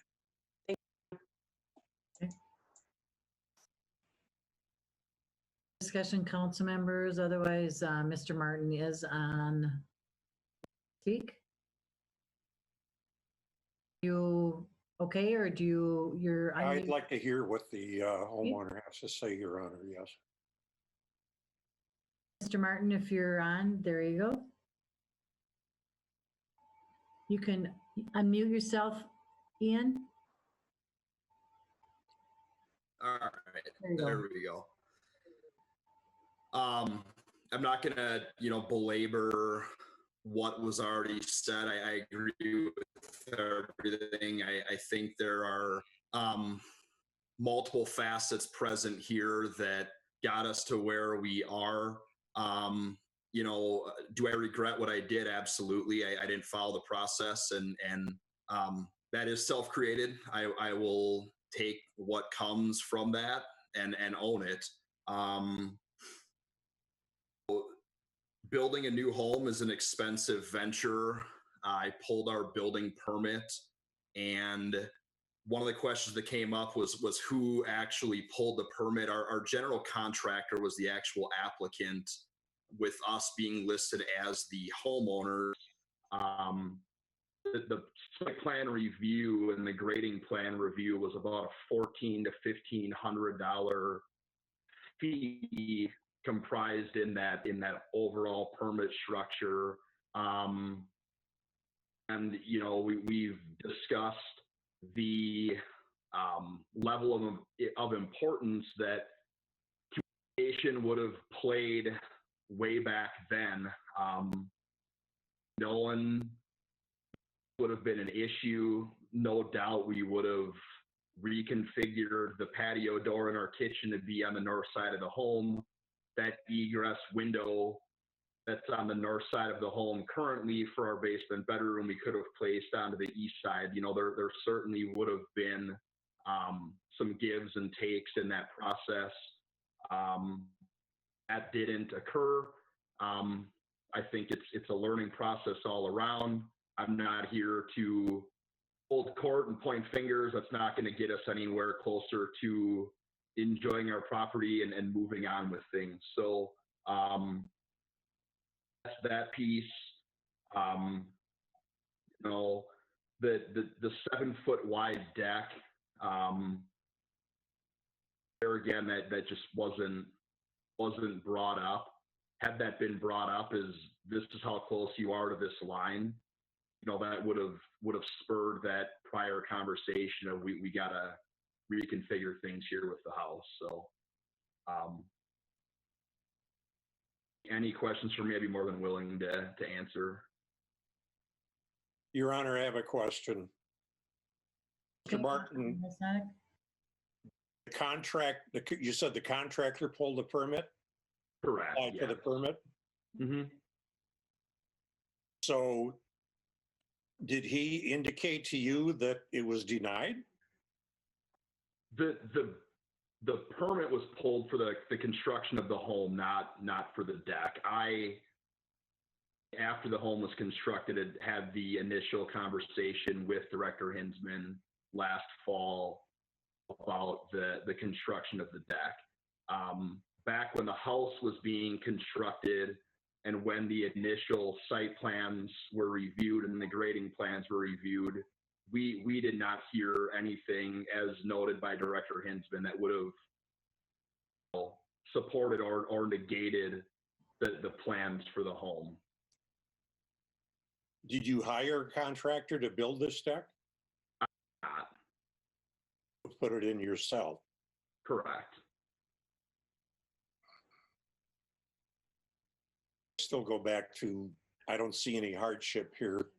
The burden of responsibility is on the homeowner who applied for the permit, was denied the permit, still went ahead and did it, even though the city said officially you can't do that. And as Councilmember Vaughn said, if we approve this, this is a terrible precedent for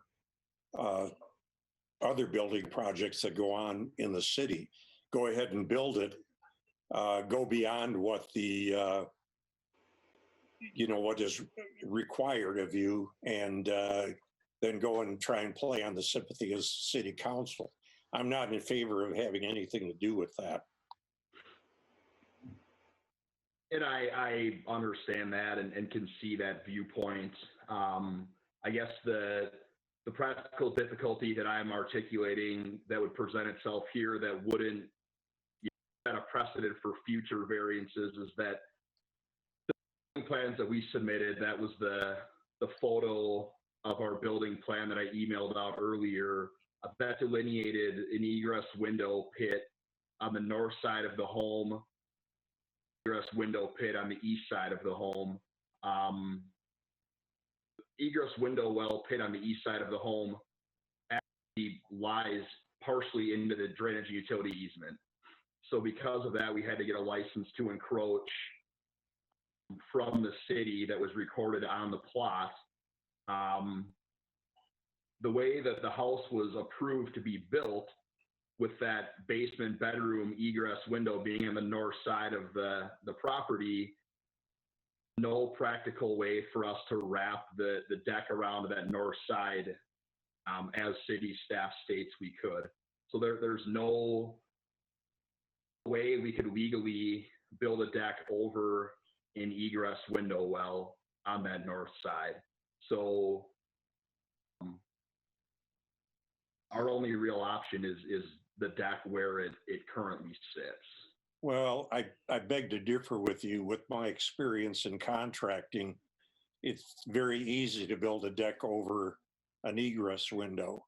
There should be nothing that stops you from doing it. Granted, you're going to end up with more shade, but that's the north side anyway. It's the shady side of the house.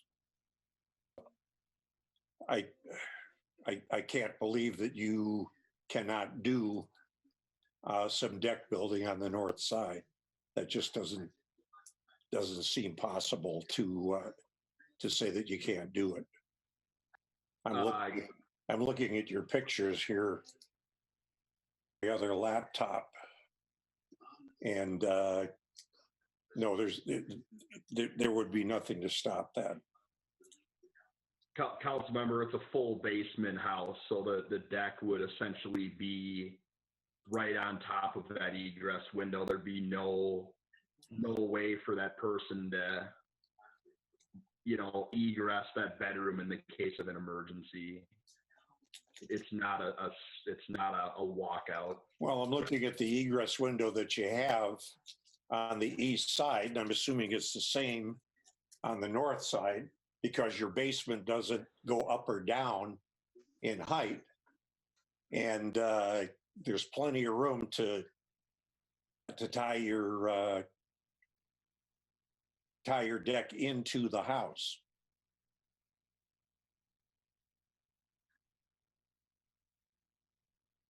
Certainly build a 7-foot deck and wrap it around, have it go toward the north side, and then build yourself a nice sized deck back there. It just,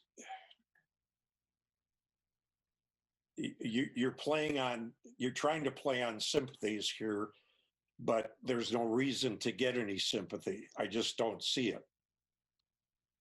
You can probably salvage, since you built it yourself, I think you can salvage what you've got there, be put in, and use it on the north side, and come in with a 7-foot deck toward the north side.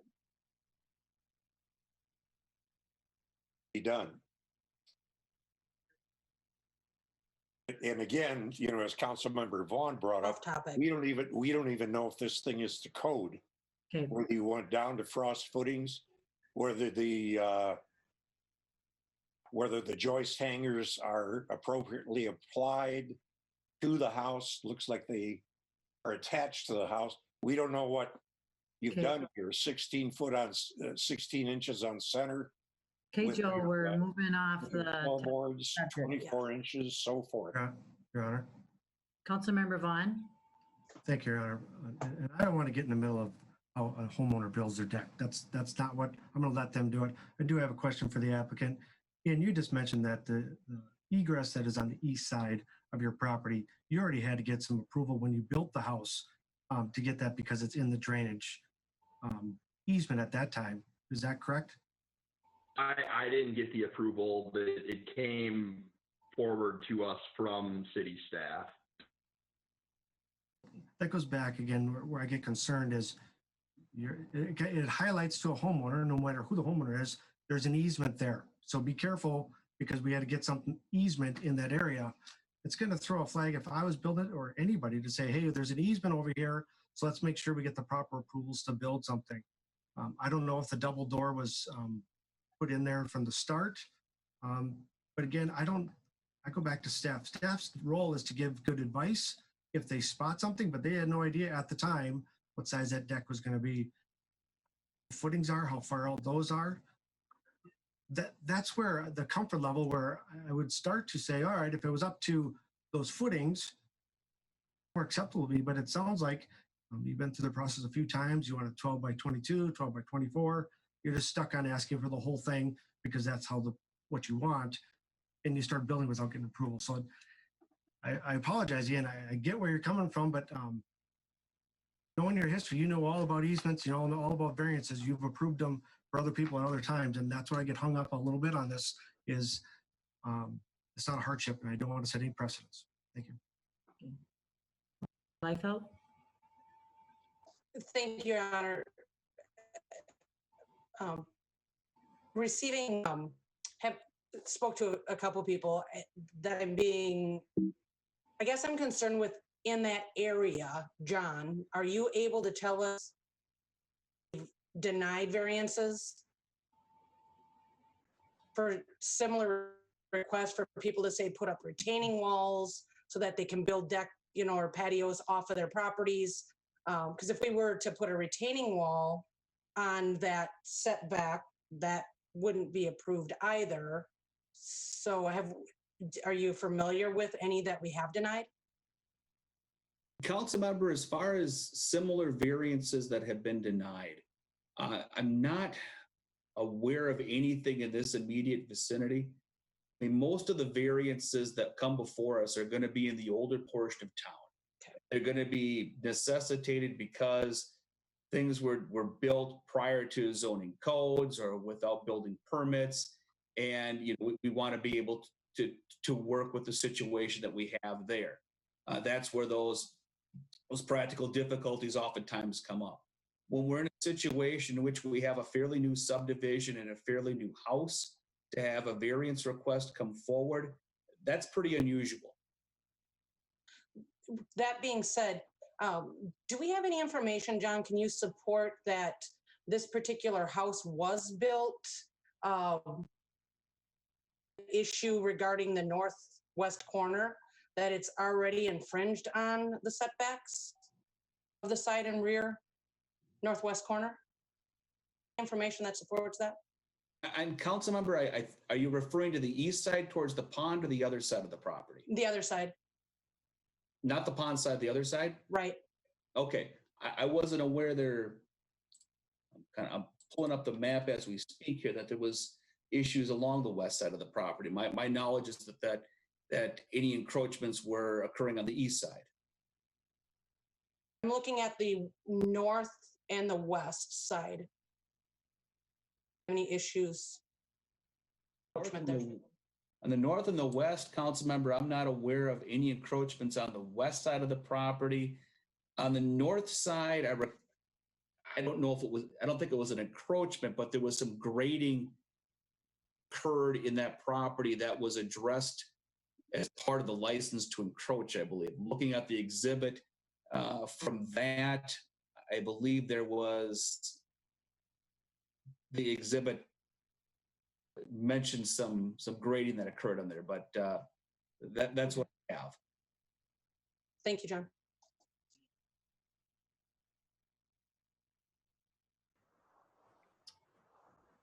Any other discussion, council?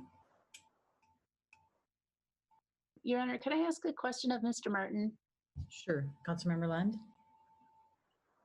It's Tina, I'm sorry. Or, Oh, I'm sorry, Councilmember Fulch. oh, okay. Thanks. So, Mr. Martin, when you were then, I just wanted to hear it from you. So, so when you did begin to build the deck, you knew that about the setback requirement, and you had discussed that with Mr. Hinsman, and so you did know that there was a problem with the setback, and that a permit should have been pulled, and you continued to proceed because Councilmember Balsonic had pretty much made that statement. So I just wanted to give you an opportunity to just to clarify what was the course of events that did occur. Yeah, I approached Director Hinsman about the construction of the deck last fall. Stated to me that a variance would be required, and city staff would not support that variance, and he didn't feel that practical difficulty threshold would have been met. We had some discussion on the building plans being approved with that window well being into the easement and things like that. And that was kind of the conversation that had occurred. Just so this can get cleared up, we did not know the egress window well encroached into the easement until the final grading plan failed. So that was long after the plans were set, the patio door was framed in. I mean, this was when the house was 99% complete, is when we found out about the encroachment issues on the east side of the home. Okay, so I did just hear you though confirm that you did know that the staff weren't going to make a recommendation for the variance. And you did proceed with building the permit. You did proceed with building the deck knowing that you needed to pull the permit, and you knew that there was a good chance that staff were going to not recommend the variance, and you proceeded anyhow. So you did make that, you made a conscious decision there in doing all of that? Yes, and Okay. all I can ask for now is objectivity in separating the two issues as such, much to what council member Liefeld and Lund have stated.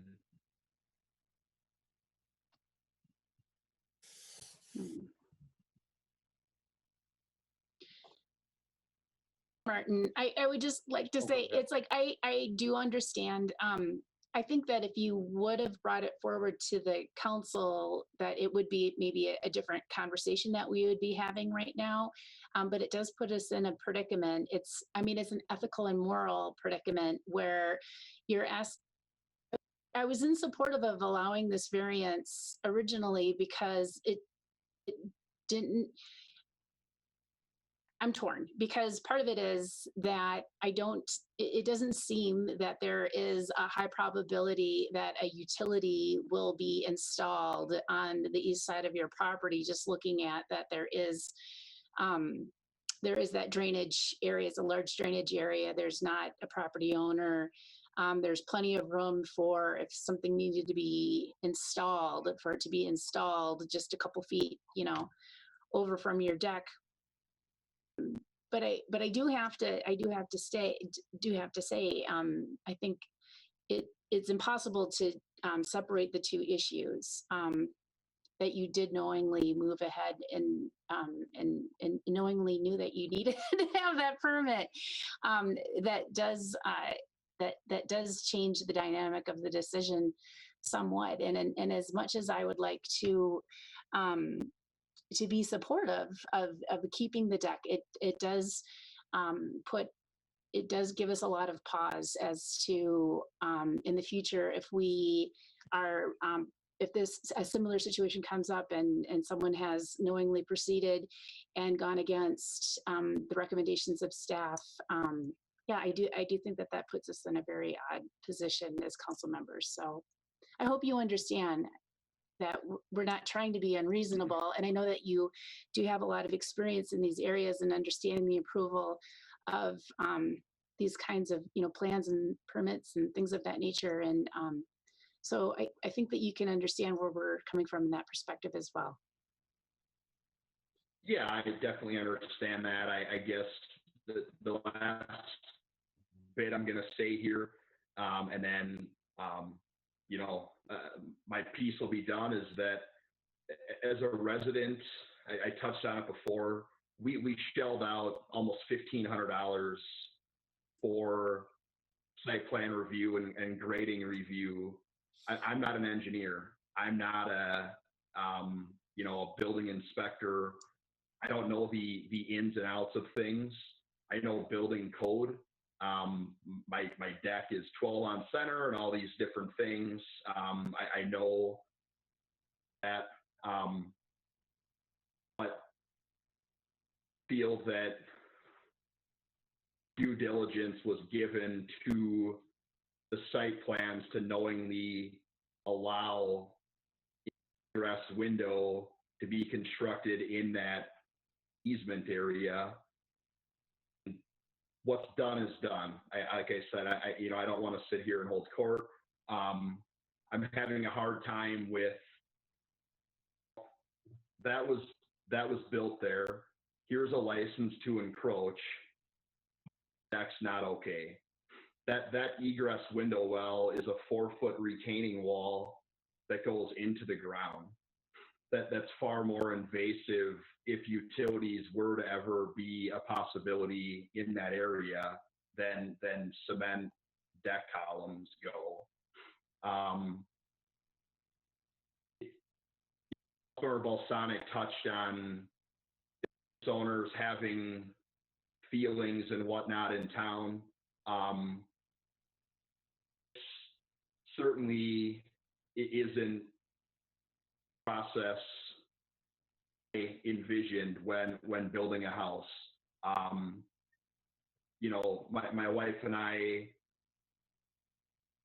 had a lot of issues with our home and its construction. That's all been settled now. All we're looking for is moving on from that and our property. So all I can ask for is objectivity in your decisions.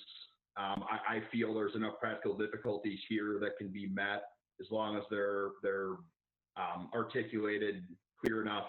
If this is to be granted, that a precedent won't be an issue. So thank you for your consideration. Member Liefeld. Thank you, Your Honor. Wow.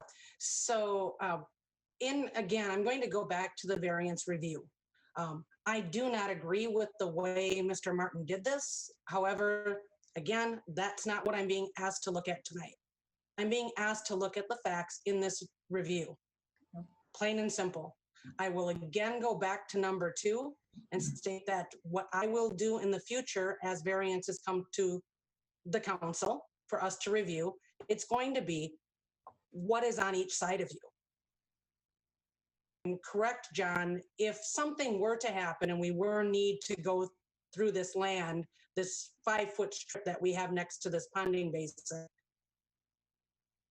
would we now not be able to go through there because of this property?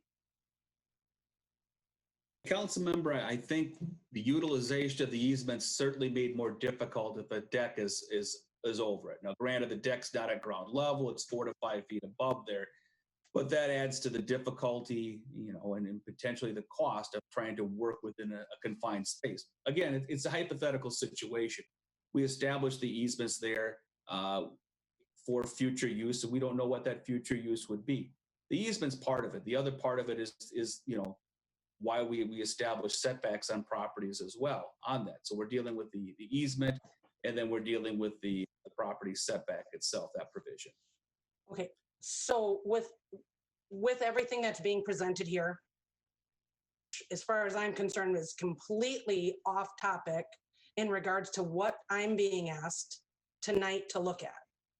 I am going to go out on a limb to say I support this variance for the plain and simple fact that I agree with condition number 2 of our variance review that indicates this is unique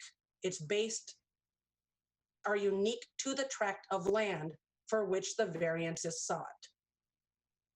And not applicable generally to other properties within the same zoning classification.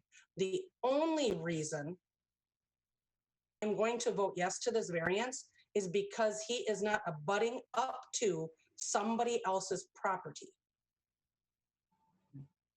I am not going to go into the fact that he started this deck without a permit. That is all not within my purview. I am being asked right now to look at this particular variance and I'm going to remove everything else that I've heard in the last 45 minutes to an hour. I'm going to vote yes on this particular variance based on the specific knowledge that we have.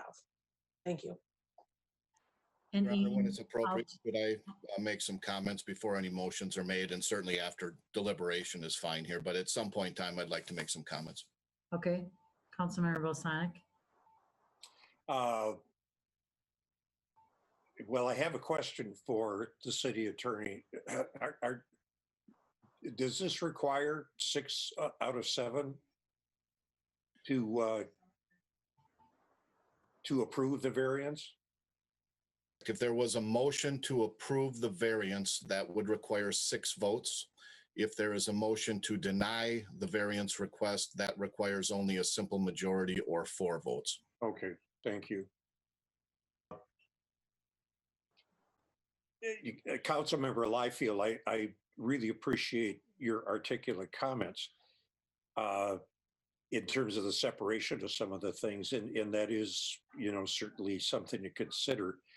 You had asked earlier, though, have we been in a situation in the past where someone has requested a variance and we denied it? It seems like I do this at every council meeting, and I apologize, but I've been on the council for 1,000 years. I can recall about a half a dozen requests for variances that we have denied that were quite similar to this. Although I can't remember anything with new construction, but it was a case of saying, well, I want to encroach on my side yard setback. And we said no, quite a few times. There's one, as a matter of fact, right across the street from my house that I can immediately recall. There's one also that was on the corner of 4th and Ashland that came up for a variance as well. And we've got a history of doing this. The history is there. So this is not really, from what I see with my experience on the council, I don't see this as anything unusual in terms of somebody coming and saying, well, I'd like a variance. What is unusual is that they didn't ask for a permit and built it anyway. And we've got a deck sitting there that we don't even know is within code. The homeowner has admitted he's not a contractor. Not what's before us, council member. I'm sorry. I'm sorry, what? Not what's before us. I agree completely with what you're saying. That is not what's before us. But I completely agree. And I respect that. I really do. Like I say, I think you were quite articulate in that. But again, I have to look at from my standpoint, and I think that is a very big part of it. So are we ready for a motion? I'd like to just say a couple of things to Ian. In our conversation, as I told you, we're all going to point our fingers at you because you knew you did wrong. You were on the planning commission. You know that. I agree with Councilmember Liefeld and I agree with Councilmember Lund. This is a separate issue. We're here to vote on an easement for you. Accept that. You're going to have to deal with planning on the other portions of it. May that be fees or whatever it is. That's going to be up to you if this passes. You have to have some pretty big shoulders because they have to come back and point the fingers to you that you did wrong for other people too. So we are setting a precedent, I think, Ian, but we want to help you too get what you want if it passes. So with that, I'll pass it over to Council. Mr. Fliegel? I do agree separating the issues is a good idea for the council to look at, but primarily the merits. The city code that's laid out in the numbered paragraphs for the basis of your decision is very important. And as Councilmember Liefeld was looking at condition number 2, that talks about this being a unique situation applicable to just this property. I think it's also important that the council, though, if there was going to be a motion to approve the variance, that can really only be done if all of the other questions are answered in the affirmative on that list of 11 or so items.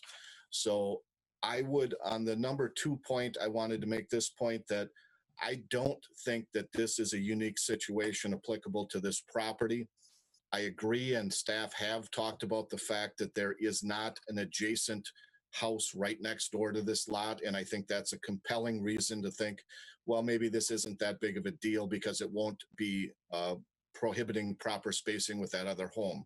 But I do think across the city of Hastings, there are a lot of other residential lots that are on ponding basins and which have at least a 5-foot utility easement around them. So my suggestion there would be that this is not a unique situation only for this lot. We have a lot of other similarly situated lots in the city of Hastings.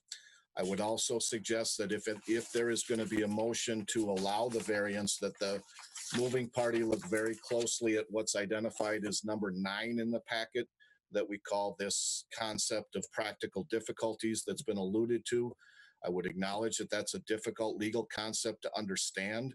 That concept came out a few years ago when there was a lawsuit with the city of Minnetonka about another variance request. Call that the Krummenacher decision. But basically the ruling that came out of that is that if a city cannot support each of those criteria under the practical difficulties test, it should not grant a variance.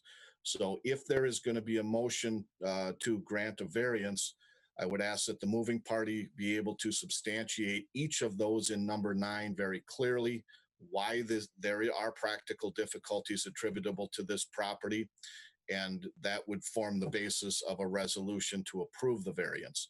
Again, I want to be clear, the staff recommendation, which is John's recommendation and my recommendation, is that this variance request should be denied.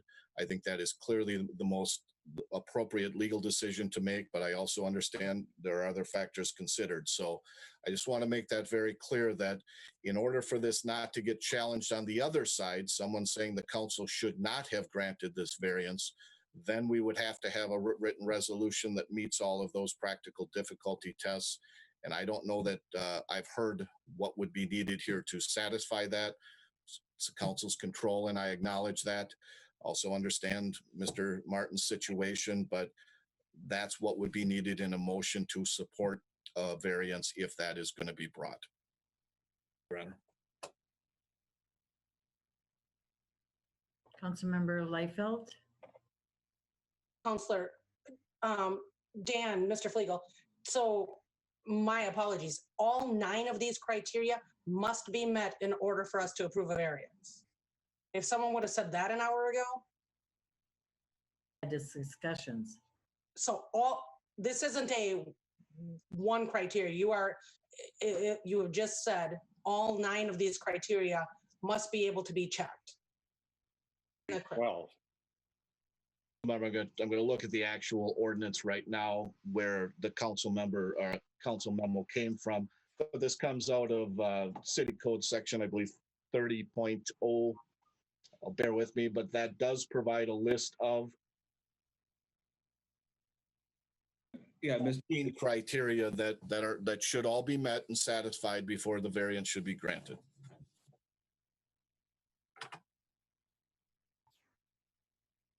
Are effectively what John has enumerated in the packet about the review. Your Honor, Councilmember a Bolson. question for the city attorney then, Dan.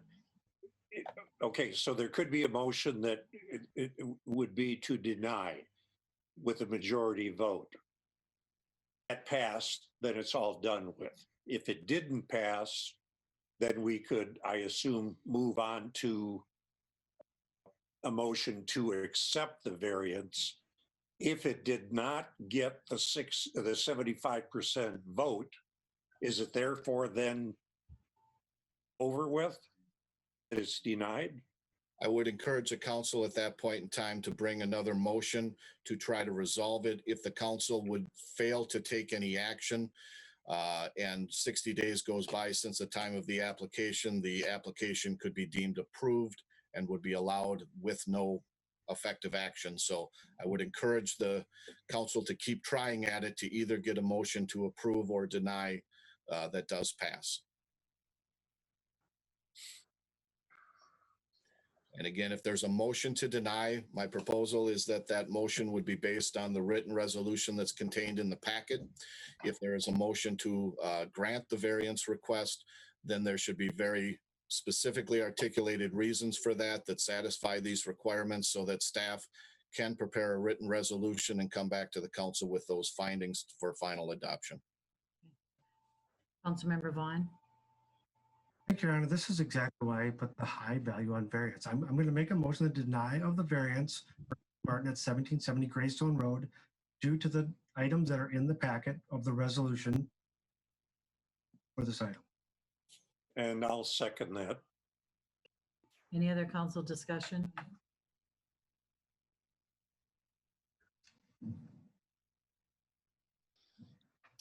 Clerk Flatten, please call the roll. Councilmember Vaughn. Yes. Fulch. Yes. Councilmember Balsonic. Yes. Councilmember Lund. Unfortunately, yes. Liefeld. Yes. Brock. Yes. Mayor Fassbender. Yes. Sorry, Ian. Yeah, we're sorry.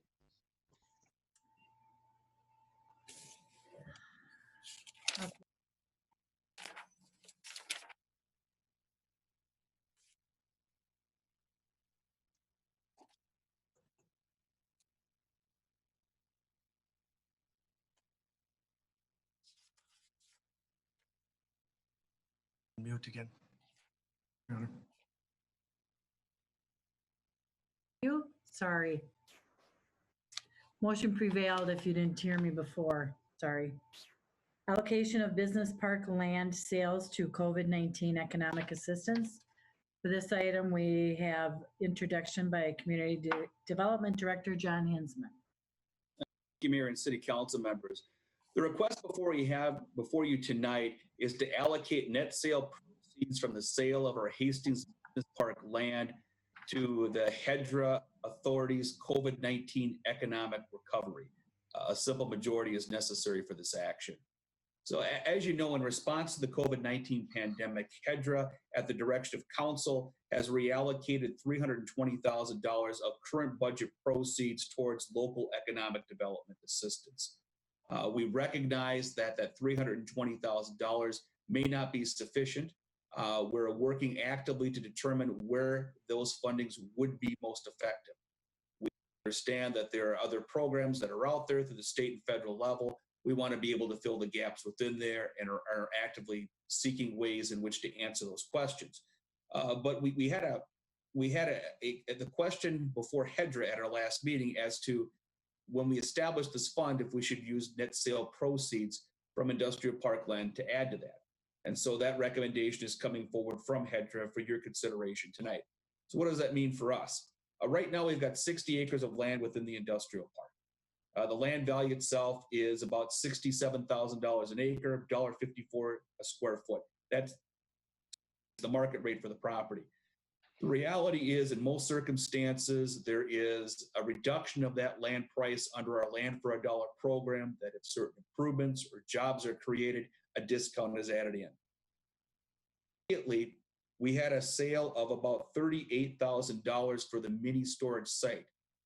Those funds would be directly used for COVID economic development relief. Take a look at the future proceeds of the park. Look into a crystal ball. It's difficult to see, what might happen there, but we've got about $4 million, I think, worth of land within the industrial park at that market rate. The action before you tonight, the request by HEDRA, is to allocate future funds from industrial park sales towards COVID-19 relief, and I can stand for any questions. John. Council discussion?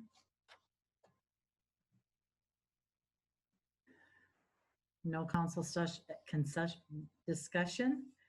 Then I would, council, I would accept a motion to allocate the net sale proceeds from sale of property within the Hastings Business Park to Hastings Economic Development and Redevelopment Authority, which is known as HEDRA, for COVID-19 economic recovery. So moved. Councilmember Brox, Councilmember Lund. Any additional council discussion? Clerk Flatten, please call the roll. Councilmember Vaughn. Yes. Councilmember Fulch. Yes. Councilmember Balsonic. Yes. Councilmember Lund. Yes. Councilmember Liefeld. Yes. Councilmember Brock. Yes. Mayor Fassbender. Yes. Motion prevails. Thank you, John. Well, thank you, Mayor. Tonight, under administration, we have city revenue projections, impact of COVID-19. For this item, we will have an introduction by City Administrator Dan Waticha.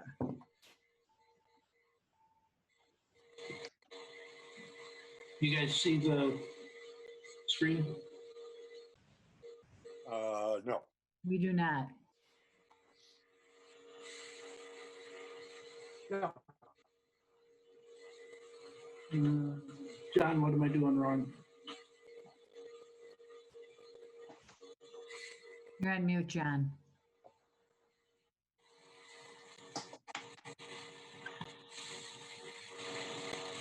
Sorry, I was on mute. There we go. I think he's figured it out.